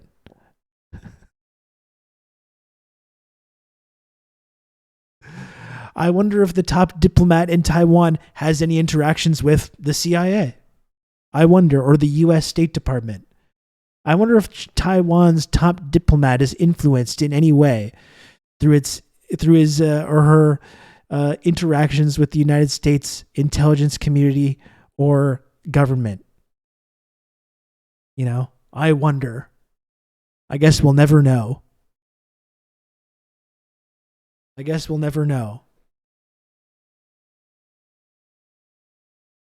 And sources on I know that another mainstream, the big outlet that's been doing a lot of research on this is the Epoch Times.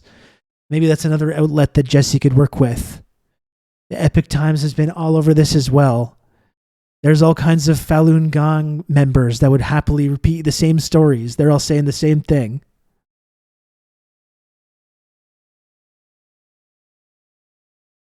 Very troubling, folks. Very troubling.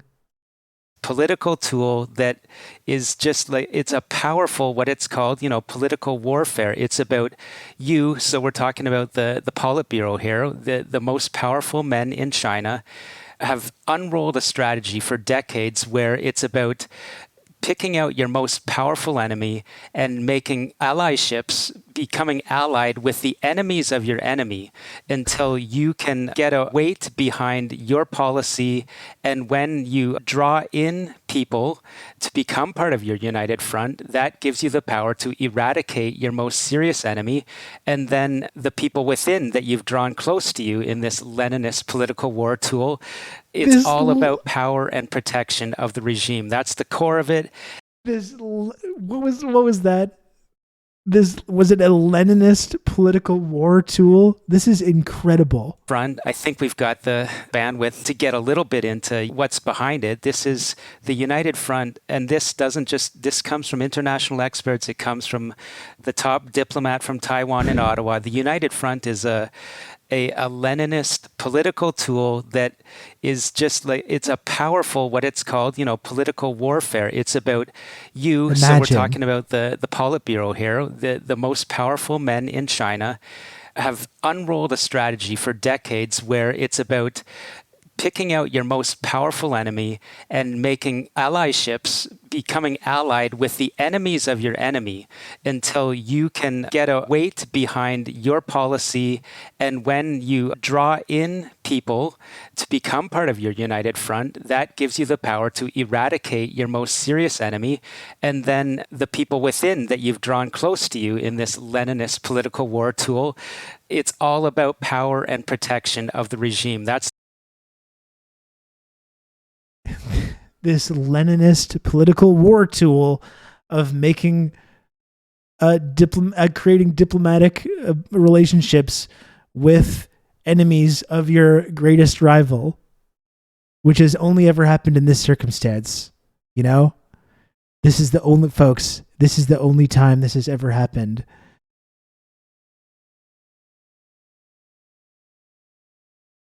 This is the only time this has ever happened in history. Engaging in with where they do this in order to promote the interests of their state. Unbelievable. This Leninist political war tool. Are these fucking people for real? I'm serious now. This is truly astounding. Like, this is, again, you're talking about, this is our media in Canada. These are the minds telling the big stories about geopolitics in this country. I hear Leninist political war tool right here. This idea, again, what this guy's describing is just basic diplomacy and countries, trying to advance their own interests, even against, in the context of being faced with these big global opponents to what they're trying to do, and just engaging in this basic this basic process of trying to succeed and trying to grow your economy and provide a better living standard for the people that live in your country. Like, isn't just this is just what geopolitics is. This is the resistance. That's right.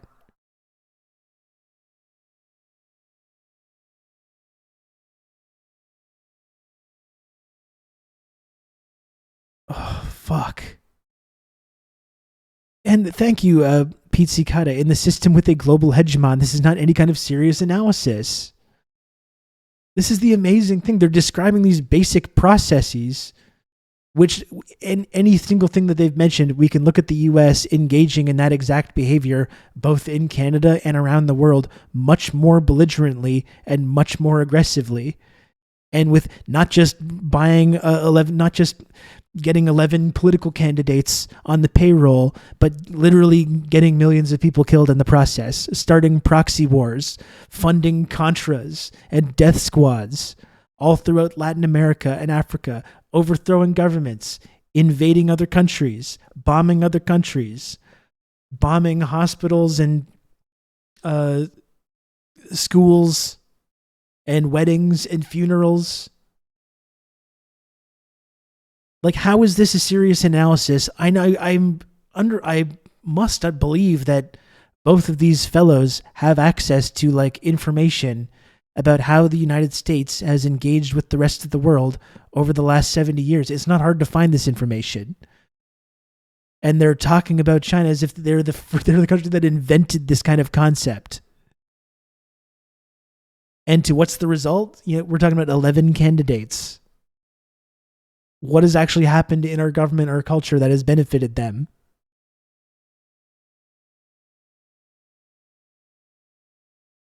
It's whataboutism. They're trying to advance their interests Leninistly. That's right. That's what they're doing.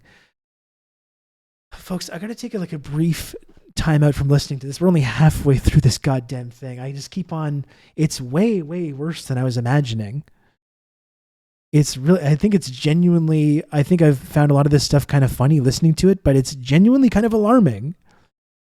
It's genuinely kind of alarming that this is the kind of discourse you can count on me. You're going to have good old Rob to talk you through all this. As hard-hitting investigative journalism. The core of it, to put it visually, they're rolling out that system into other countries around the world where they attempt to, through just very subtle means, infiltrate democracies with this. We can call it the biggest big tent political party in the world, is the Chinese Communist Party, trying to use its political system in other nations. I have to tell you, it sounds kind of grandiose and generalized. Can you take this down to earth for me? And like when we're talking about things as granular as like a school board, why would they want to have influence over a school board? Sure. So a very granular detail in my first report. They have this really scary, dangerous idea that they don't want people taught in schools that their country is like basically worse than Nazi Germany and something that we should hate and fear. Ooh, this crazy idea. Can you imagine how devious you have to be to maybe try and say, like, maybe we can teach good things about China in the school system and not to teach people to, like, hate and detest and fear our country and our society? What a crazy idea. Intelligence briefs said that in 2014, the Toronto consulate... Intelligence briefs, that's all these fucking guys have. This is where they get all this information. I read it in an intelligence briefing. Oh, fucking good for you. That's what passes for investigative journalism in this country when it comes to these foreign policy issues. Oh yeah, I went to a security conference and they were very clear about this.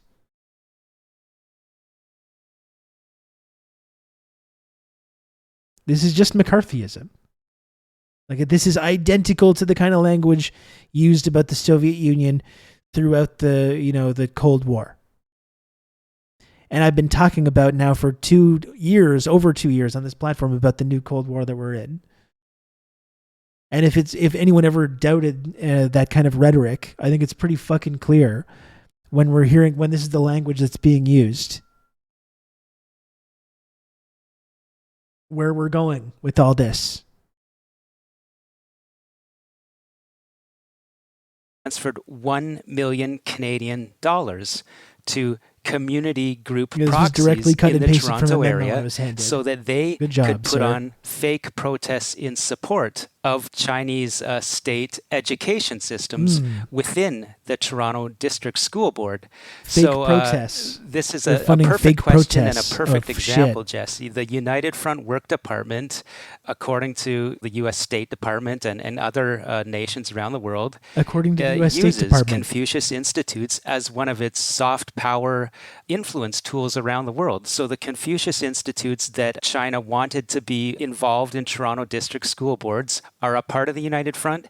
The community group leaders who put on these fake protests in front of the district school board offices in 2014 of course, are part of the United Front. No Chinese person that actually supports their country same leaders that you would can of their see own on volition videos ever protest of those anything or protests support are allegedly the people running Chinese so-called police stations or their network associates are allegedly involved in Chinese police stations. What's more, these very same community leaders allegedly would be proxies that facilitate clandestine transfers into Canada's political system. So in that example, you can see three things. We're talking about the school board where China is seeking influence, community groups involved in fake protests, allegedly receiving $1 million Canadian to fund these protests, police stations, influence talk of about Canada's fucking political projection. system up to the federal level. I'm saying they can all be tied into very concretely some people in Toronto that are used by the Politburo and the United Front Work Department to meddle in Canada's affairs. Well, we've talked a bit on this podcast before about this revelation about these police stations, these unofficial storefronts where, in fact, we're finding out that the secret police Beijing's stations, law enforcement has, this foreign presence leaning on secret enemies police stations, of folks. the Chinese Communist Party, tracking down, criminals who are wanted by the party or by law enforcement in China, and using the fact that Canadian Chinese people have family back home, or some of them live between the two countries, to exert pressure and completely intruding on Canada's law enforcement sovereignty in doing so. That I kind of understand. I still don't understand. I know that the Confucius Institute, I know these schools, I know they're trying to change. Doing a Control F Bolivia on the CanadaLand catalog. I mean, there's no need carrier wave. Like I was saying, Justin Ling, who's connected to CanadaLand, was famously, when the Bolivia situation was going on, was out there being like, folks, it's not a coup. He was one of these tutting, finger wagging, while the lefties are saying, no, it's not a coup. That's what Justin Ling of CanadaLand was saying when Bolivia was happening.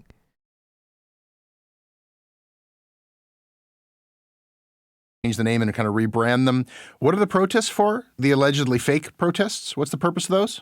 Yeah, so other countries have banned them because they say that the Confucius Institutes are part of, essentially, the Chinese Communist Party's foreign influence arm. It's propaganda. And so what can seem as, friendly as Chinese language lessons for free or something like that in Toronto or Vancouver or elsewhere, in schools can be, according to Western intelligence, it's an arm of Chinese intelligence. According to Western intelligence, with teaching people Mandarin. Listen to all this over and over again. According to the U.S. State Department, according to intelligence services, according to an intelligence memo that I read. It's literally just, as I've said repeatedly, fucking stenographers for the security state. That's all our journalism is. All of these allegations are directly, word for word, lifted from State Department memos. And we're complaining about other countries interfering in our fucking democracy?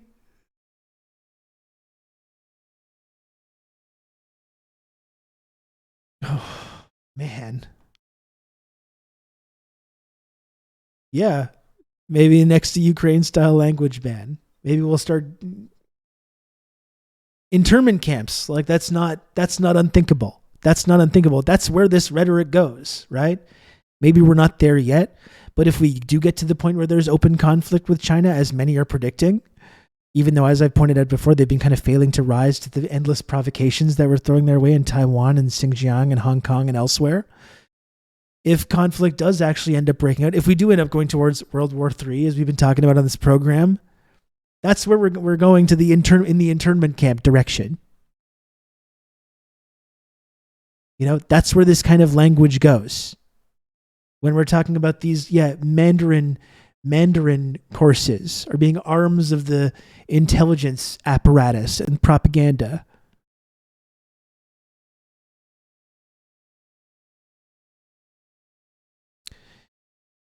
Yeah, God forbid people learn Mandarin, be able to understand domestic Chinese news and not rely on Western translators, or just fuckheads like Adrian Zenz that don't even speak Mandarin, but are still presented like experts on China.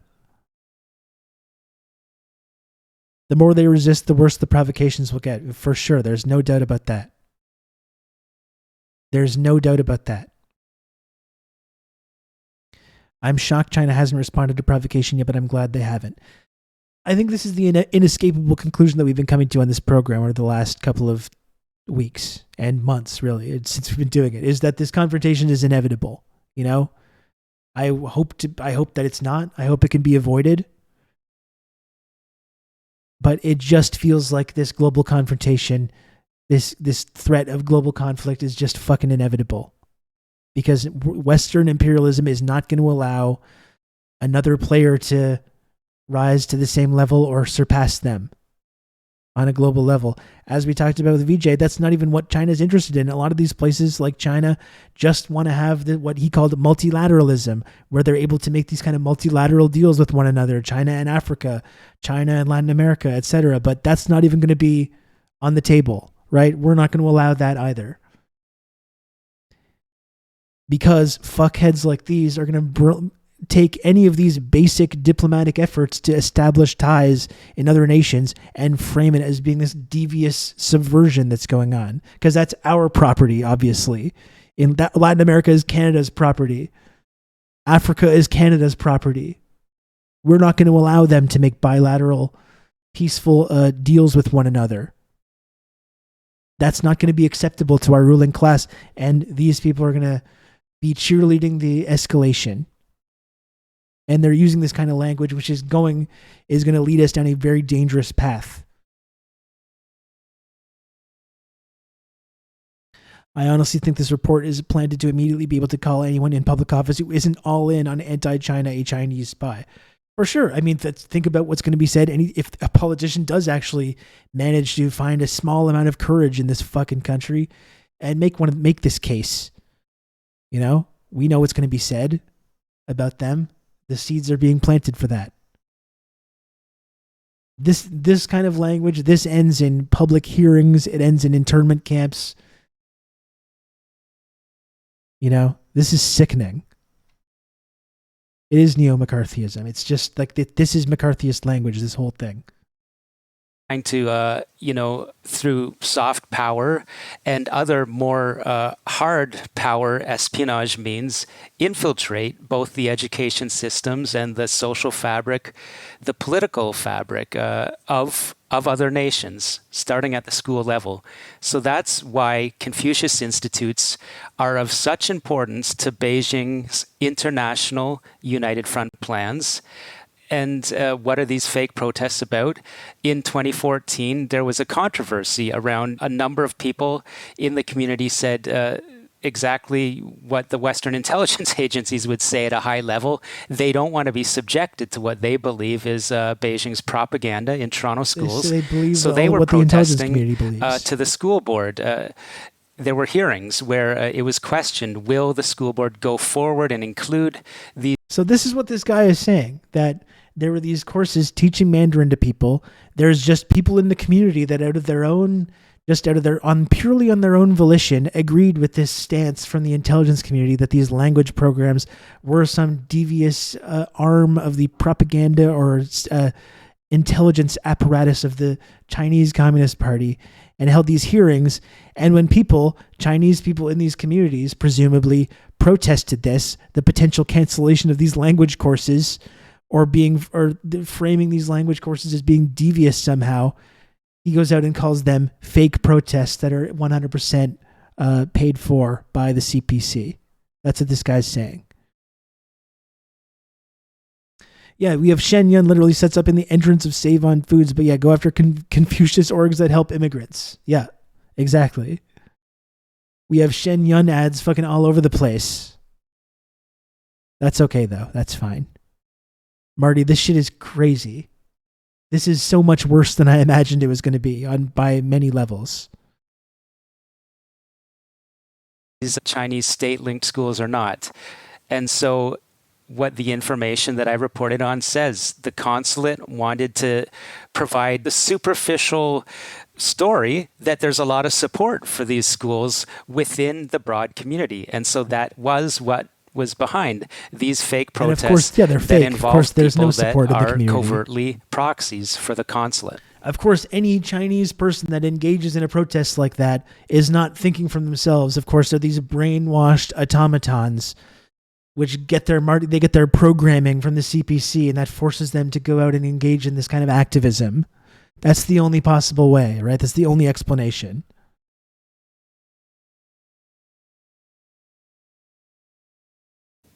You've said that you're getting this from a lot of sources, and you're the most recent bombshell, you're relying on CSIS documentation. But you've also said that people inside the United Front criminal networks, like United Front people themselves, are some of your best sources. Why would those people talk to you? Well, that's right. Very specifically, when we're talking about community groups getting funds from the consulate and using that, to put out fake protests or to take part in political or democratic activity in Canada, very specific people confirmed to me that they would have been aware of or in contact with people from the consulate that would have not only encouraged but pressured or tasked people in the community to appear at certain rallies or to appear when a leader from China arrived in Canada. Or this is our friend Sam Cooper, and again, he's a J school graduate. This is the exact kind of person, and this is where the Chomskyist analysis comes in, right? This is the fucking exact kind of person that gets cultivated to have media platforms in this country. This is what J School churns out these fucking guys who, as I've been repeatedly pointing out, just end up serving as stenographers for the intelligence community and the U.S. State Department. And they literally just go to these security conferences. They write down what their superiors in the national security or an intelligence apparatus have to say. They get their little memos from the State Department or for these intelligence communities. They transcribe them into the newspaper, and then they print them in the newspaper. That's what they teach you to do in J School in Canada.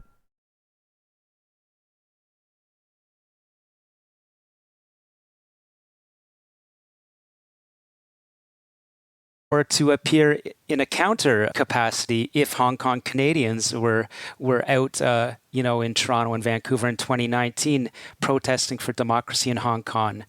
People from the pro-Beijing side would not only show up, but I'm telling you, I have sources that say they were tasked to show up at such events. Sources from these who? would be people that are admitting to me that they could have been leaders within what I'm calling the United Front Work Department, or another name for it, there's something called the Overseas Chinese Affairs Office.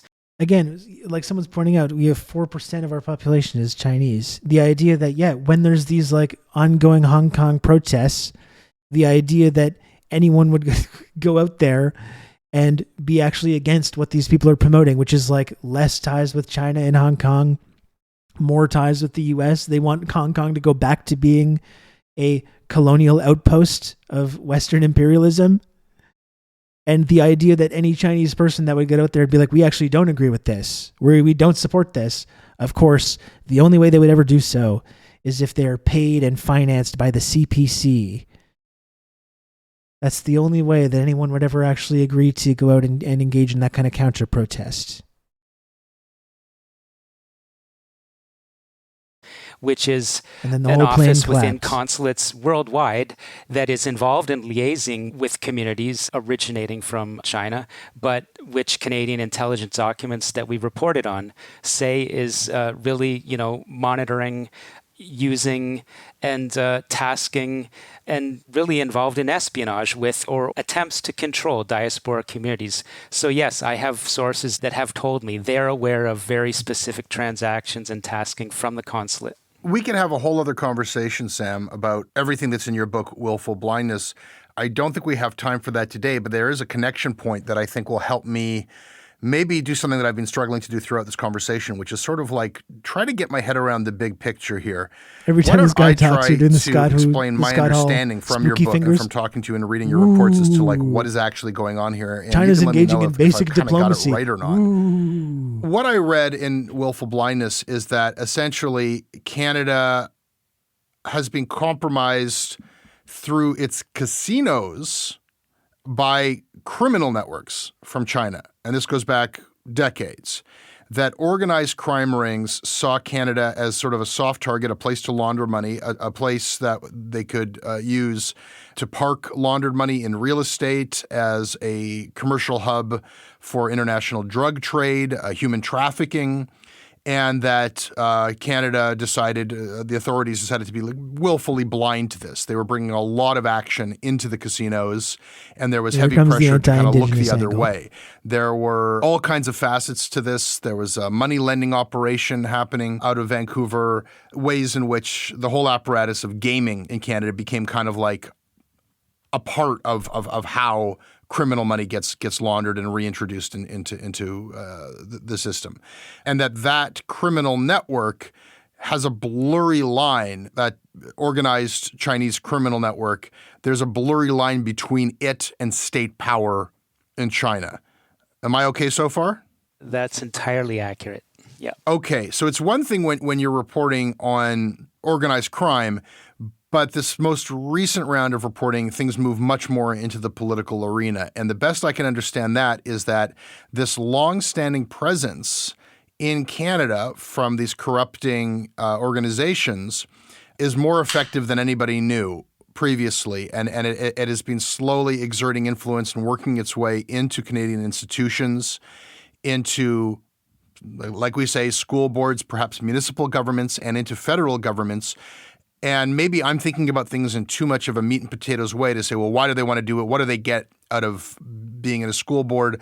It seems like what the United Front wants, given the size of the diaspora community in Canada, given the fact that Canada is useful for all these other things, given that Canada is a player, albeit a small one in the world stage, the point in a macro sense is just to increasingly have power and influence for whatever China, for whatever Beijing might want on any given day. That might be with respect to the Meng case. That might be with respect to the Michaels. That might be with respect to anything that's going on. You want to be able to flick a switch and say, oh, there's public support for Beijing's position on this. Our beautiful boys. The further you have worked your way into Canada and its institutions, our beautiful, the easier it is to do that. Boys. And the goal here is just to get deeper and deeper in without anybody stopping it.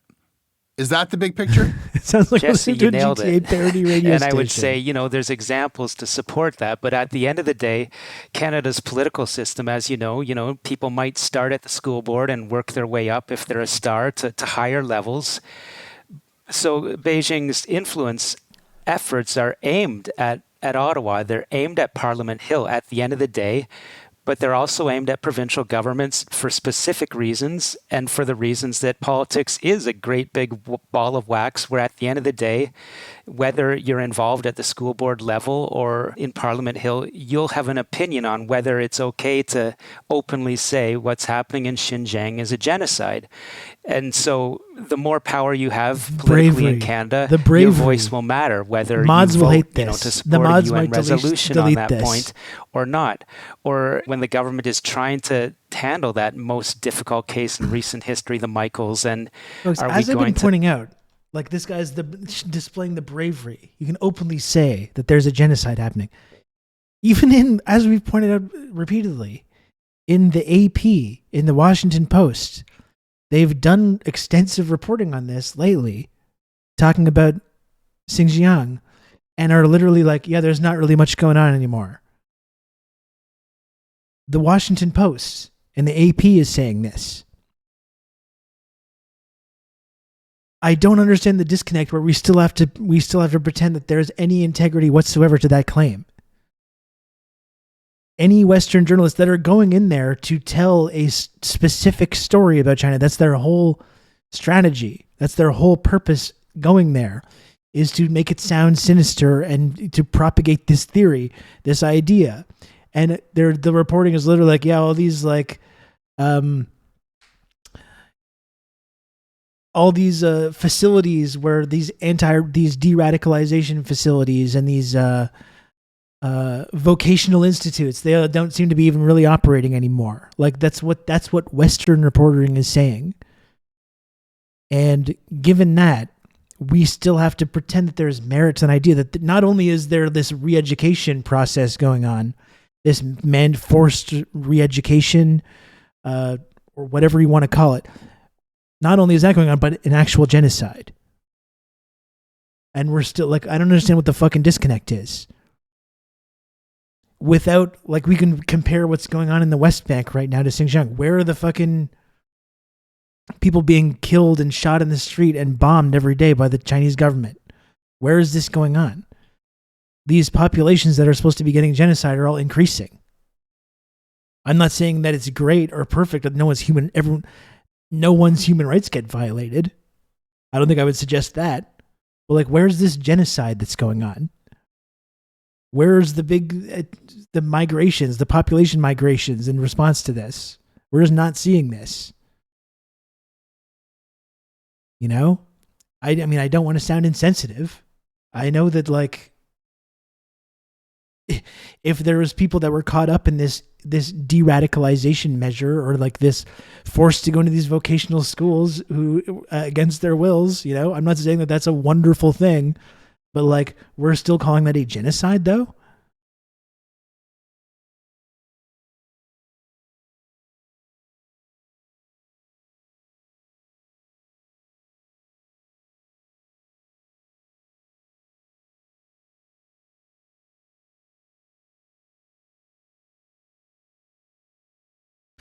Israel makes the same argument about Palestinian populations. I believe that's right, Mouse Owlets, but I guess the difference is, like, we're seeing the footage of, like, Israel bombing the West Bank, though, and like it's under this intense military occupation, and we know the way that it's set up as this apartheid situation.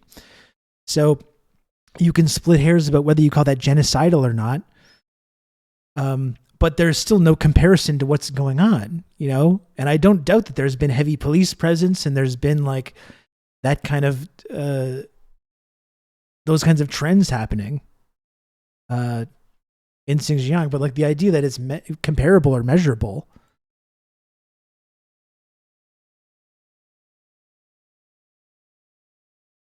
It's cultural genocide for China to reduce hours of Uyghur language instruction in schools, and that's why we should ban Chinese diaspora kids from getting any Chinese language education in the West.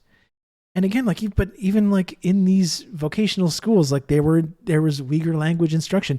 There's like Uyghur language TV stations and like popular celebrities. And like in China, like, can we say the same thing in Canada about our indigenous population?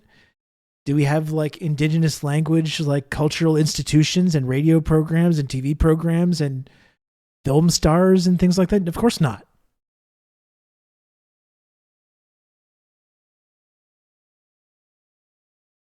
Have we talked about the self-proclaimed communists that have never heard of Stalin? There's been a lot of bad Stalin discourse. I saw recently from people that host podcasts about socialist theory.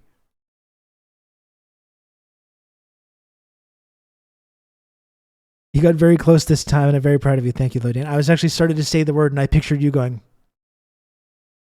and it kind of like freaked me out when I was trying to say it. Yeah, like the meme of the picture claiming that Tibetan kids are having their language taken away from them when there's Tibetan written on the board. Yeah, it's like literally the language is right there. It's a weird discussion because, like, I never want to pretend that everything's perfect, you know, and I wouldn't suggest that. I don't think anyone in this community would suggest that.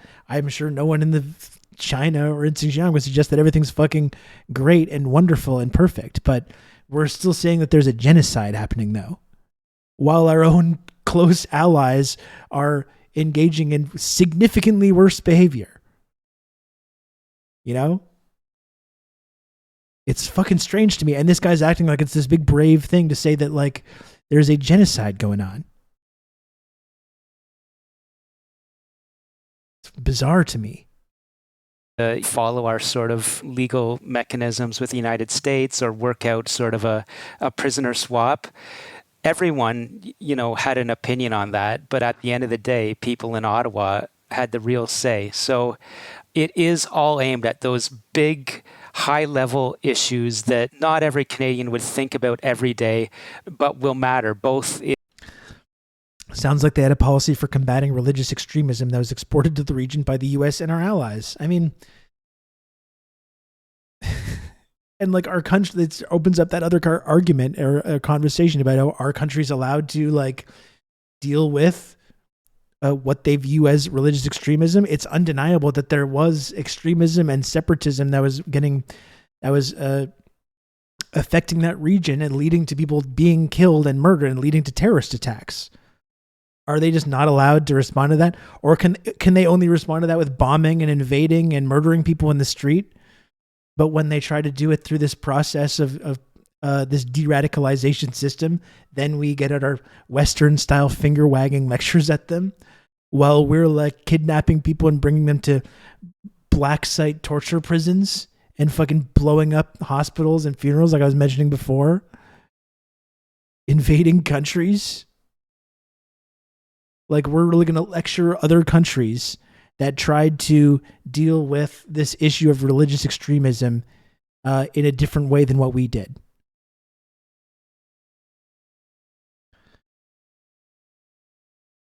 Yeah, only Ukraine can react to separatists. We're not really interested in hearing from separatists in eastern Ukraine, certainly. We've been funding Nazis for the last decade trying to fight these separatists in eastern Ukraine and funding and training actual Nazis in the process.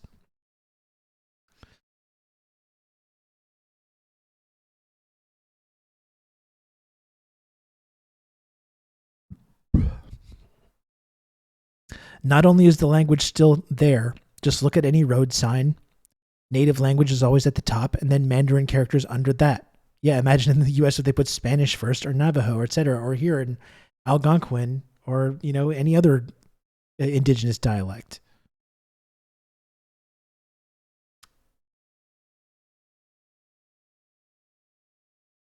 Like, Canada continues to try and rat fuck Algonquin people out of the rights to their land, and with the Wet'suwet'en as well. Mounties are still doing starlight tours. Indigenous women still going missing and being murdered. Yeah. We did Gladio B. Now they're mad they didn't fall into the trap. It's the same thing with Hong Kong, and it's the same thing with Taiwan, right? We just keep trying to get them to fall into that trap. And then when they don't do it, we get even more angry at them and even more belligerent. Like, that's what it is. Let's call this what it is.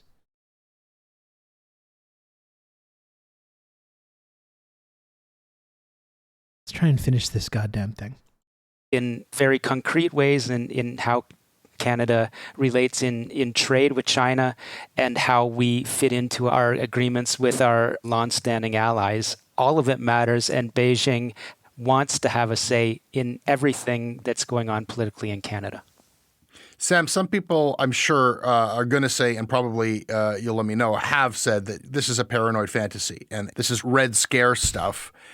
Your book, I noted, begins with an introduction by a human rights scholar, Teng Biao, titled "Holding Governments to Account Should Not Be Conflated with Racism." Oh, fortunately, he prefaced his book with a fucking reactionary Chinese expatriate talking about how human rights are important, a human rights expert, part of the human rights establishment. So don't worry about that. It's not racist Red Scare bullshit. This anti-CPC Chinese person said it was all right to do, so no problem. This human rights scholar. As a white reporter covering this stuff, I wonder if that's also something that is at play, that people say this is a racist narrative here that is in a time when anti-Asian sentiment and thank you, Jesse, racism and violence for waiting has gone 35 up, minutes is to bring this dangerous up. And is this is question 1. Wrong and wrong-headed. Have you faced those kinds of accusations, and has that been a factor that you feel has inhibited Canada from taking a closer look at this stuff? I mean, to handle the last question first, it has inhibited Canada. Why can I say that? I mean, I'm hearing that from people inside government that it does inhibit Canada. Let's take the Xinjiang example again. We had noted senators, I think, stand up in debates and say we should not label or say China's guilty of what the UN says they are, because that will inflame anti-Asian racism. So there's a very concrete example where some powerful politicians would have inhibited Canada's standing with the UN on that resolution for that specific issue. And I want to say that there is good reason anti-Asian racism does happen. So the reporting needs to be very sensitive and careful. You and just so carefully write down what the U.S. State Department tells you. Impacts. And yet on the other side, you got to be very careful in this climate. Just very carefully write down what the intelligence community and the U.S. State Department says and put it in your fucking newspaper. That's responsible journalism. I can tell you, Jesse, the United Front Work Department uses, racial divisions. It uses the allegation of anti-Asian racism as a cover for the Chinese Communist Party's very, ironically racist attitude that it should be the arbiter of the broad opinions of the Asian community in Canada, which I'm not just speculating or theorizing.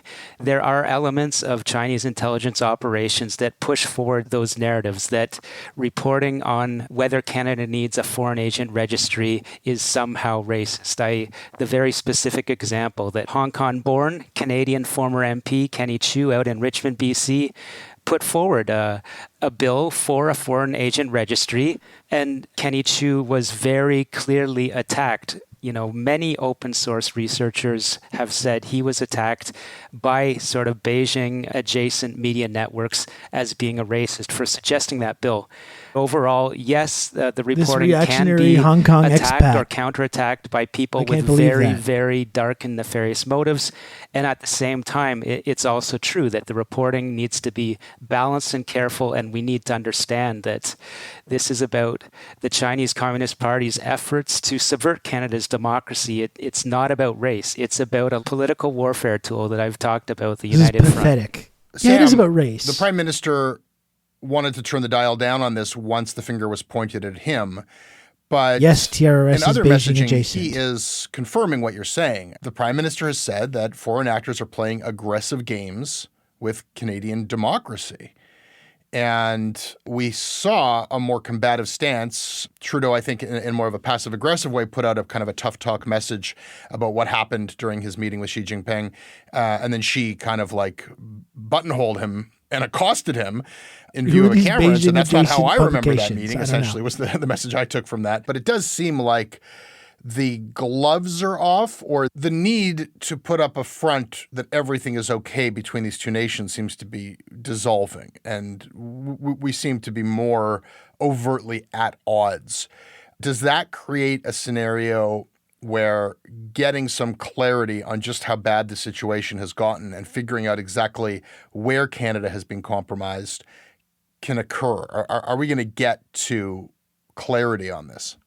Well, I mean, it can get very complicated or it can get very simple. So what we've seen in the timeline since my November 7th report is that the government came out and said, we are going to consult the public about a foreign agent registry, which was one of the big sort of gaps that November 7th story identified. Is that like a comedy? Like, is that like a hilariously Canadian response to say, we've just learned that we may be compromised from the smallest to the grandest level by a foreign government that dwarfs us in every conceivable way.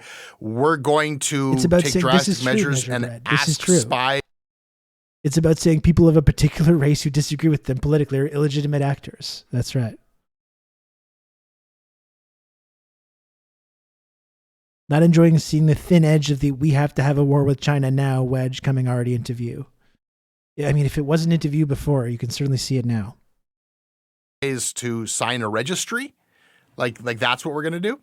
Well, I mean, I don't want to say that seeing any, minute progress is not a good thing, but I do see the comedy in the aspect that this is not a big ask, Jesse. Again, this bipartisan panel with access to very sensitive intelligence reports that aren't disseminated to Canadians. The intelligence but reports, we can probably, folks, they've seen them. Assume these they've are seen smart the raw people, intelligence. Have recommended since 2019, Canada needs a Foreign Agent Registry Act as a first step, right? Yeah. And as I take your point, it's not that we expect every They've not mentioned foreign Israel actor once, to by the way. Line up to sign it, but it does give authorities a very clear recourse.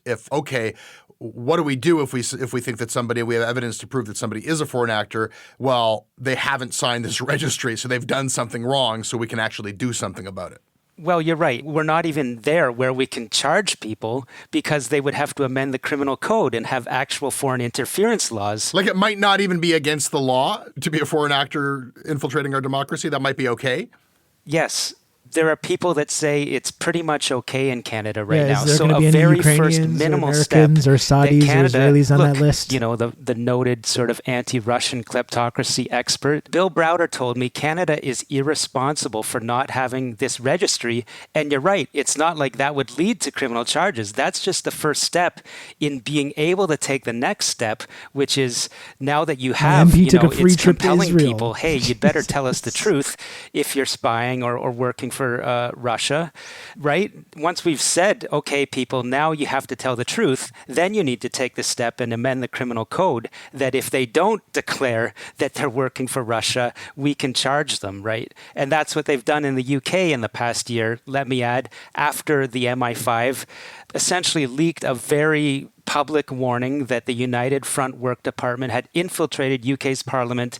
Then we saw a couple of big legal changes in the UK. And so Canada is comically lagging the pack on this file, yes. Sam, this is fascinating. Thank you. No, it was not. Thanks, Jesse. I feel we could go another 10 rounds and dig deeper, so maybe you'll have me back. No, it was not. Maybe you'll have me back. He's already angling to come back. Here's what I think about you guys. We're through the looking glass here, people. We're through the looking glass here, people. That's what I think about you, Jesse, and whatever the other guy's name was. Sam Cooper. This is the guy. That's what I think about you. Yes, Jesse. Yes, it was racist Red Scare bullshit. Yes, it absolutely was. Jesse, you should be ashamed for promoting this. This is just, I've got secondhand embarrassment from listening to this.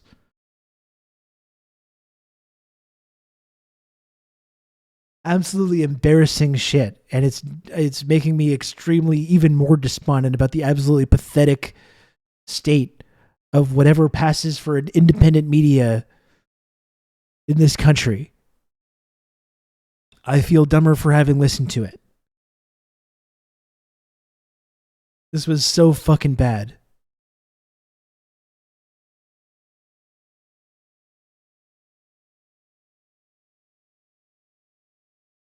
So the whole time they were talking about people doing legal activity to promote their real political views. That's right. Yeah. They're very upset about the idea of countries like having foreign agents promoting their interests in other nations. Which, as I pointed out repeatedly, you can find multiple concrete examples of foreign countries engaging in this exact behavior in Canada to tremendous benefit. Whereas you can look around at Canadian academia, media, and politics, and the rampant anti-China rhetoric that's pervasive in all these institutions. So clearly whatever devious foreign influence up they're engaged in here is not really working all that well. And they're still spending time complaining about this rather than talking about the various other nations where we can point out specific concrete examples of how they interfere in our precious little Western liberal democracy here. And engage in all the same behavior, but even significantly more sinister and devious from what these people are fucking talking about.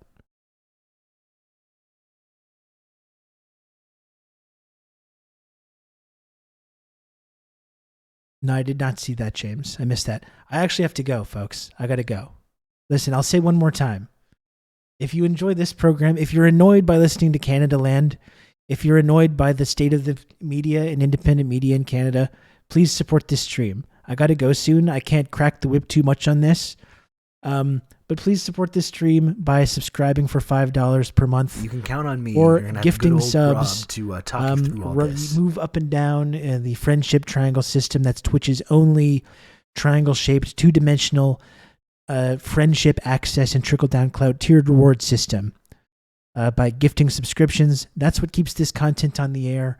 That's what allows me to keep doing this kind of commentary, and which is carving out a tiny little niche for myself of people in this country that have fucking sane views about geopolitics and foreign policy.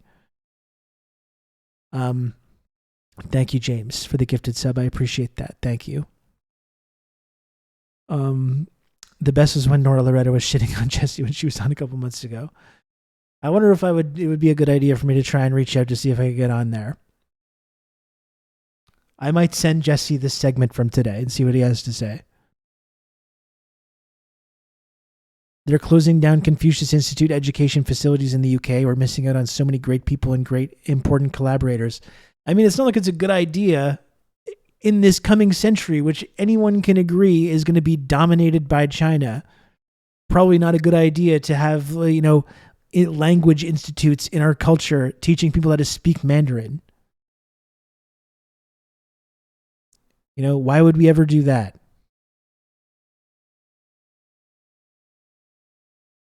Yeah, Jesse's going to put us all on the list. God, that was so bad.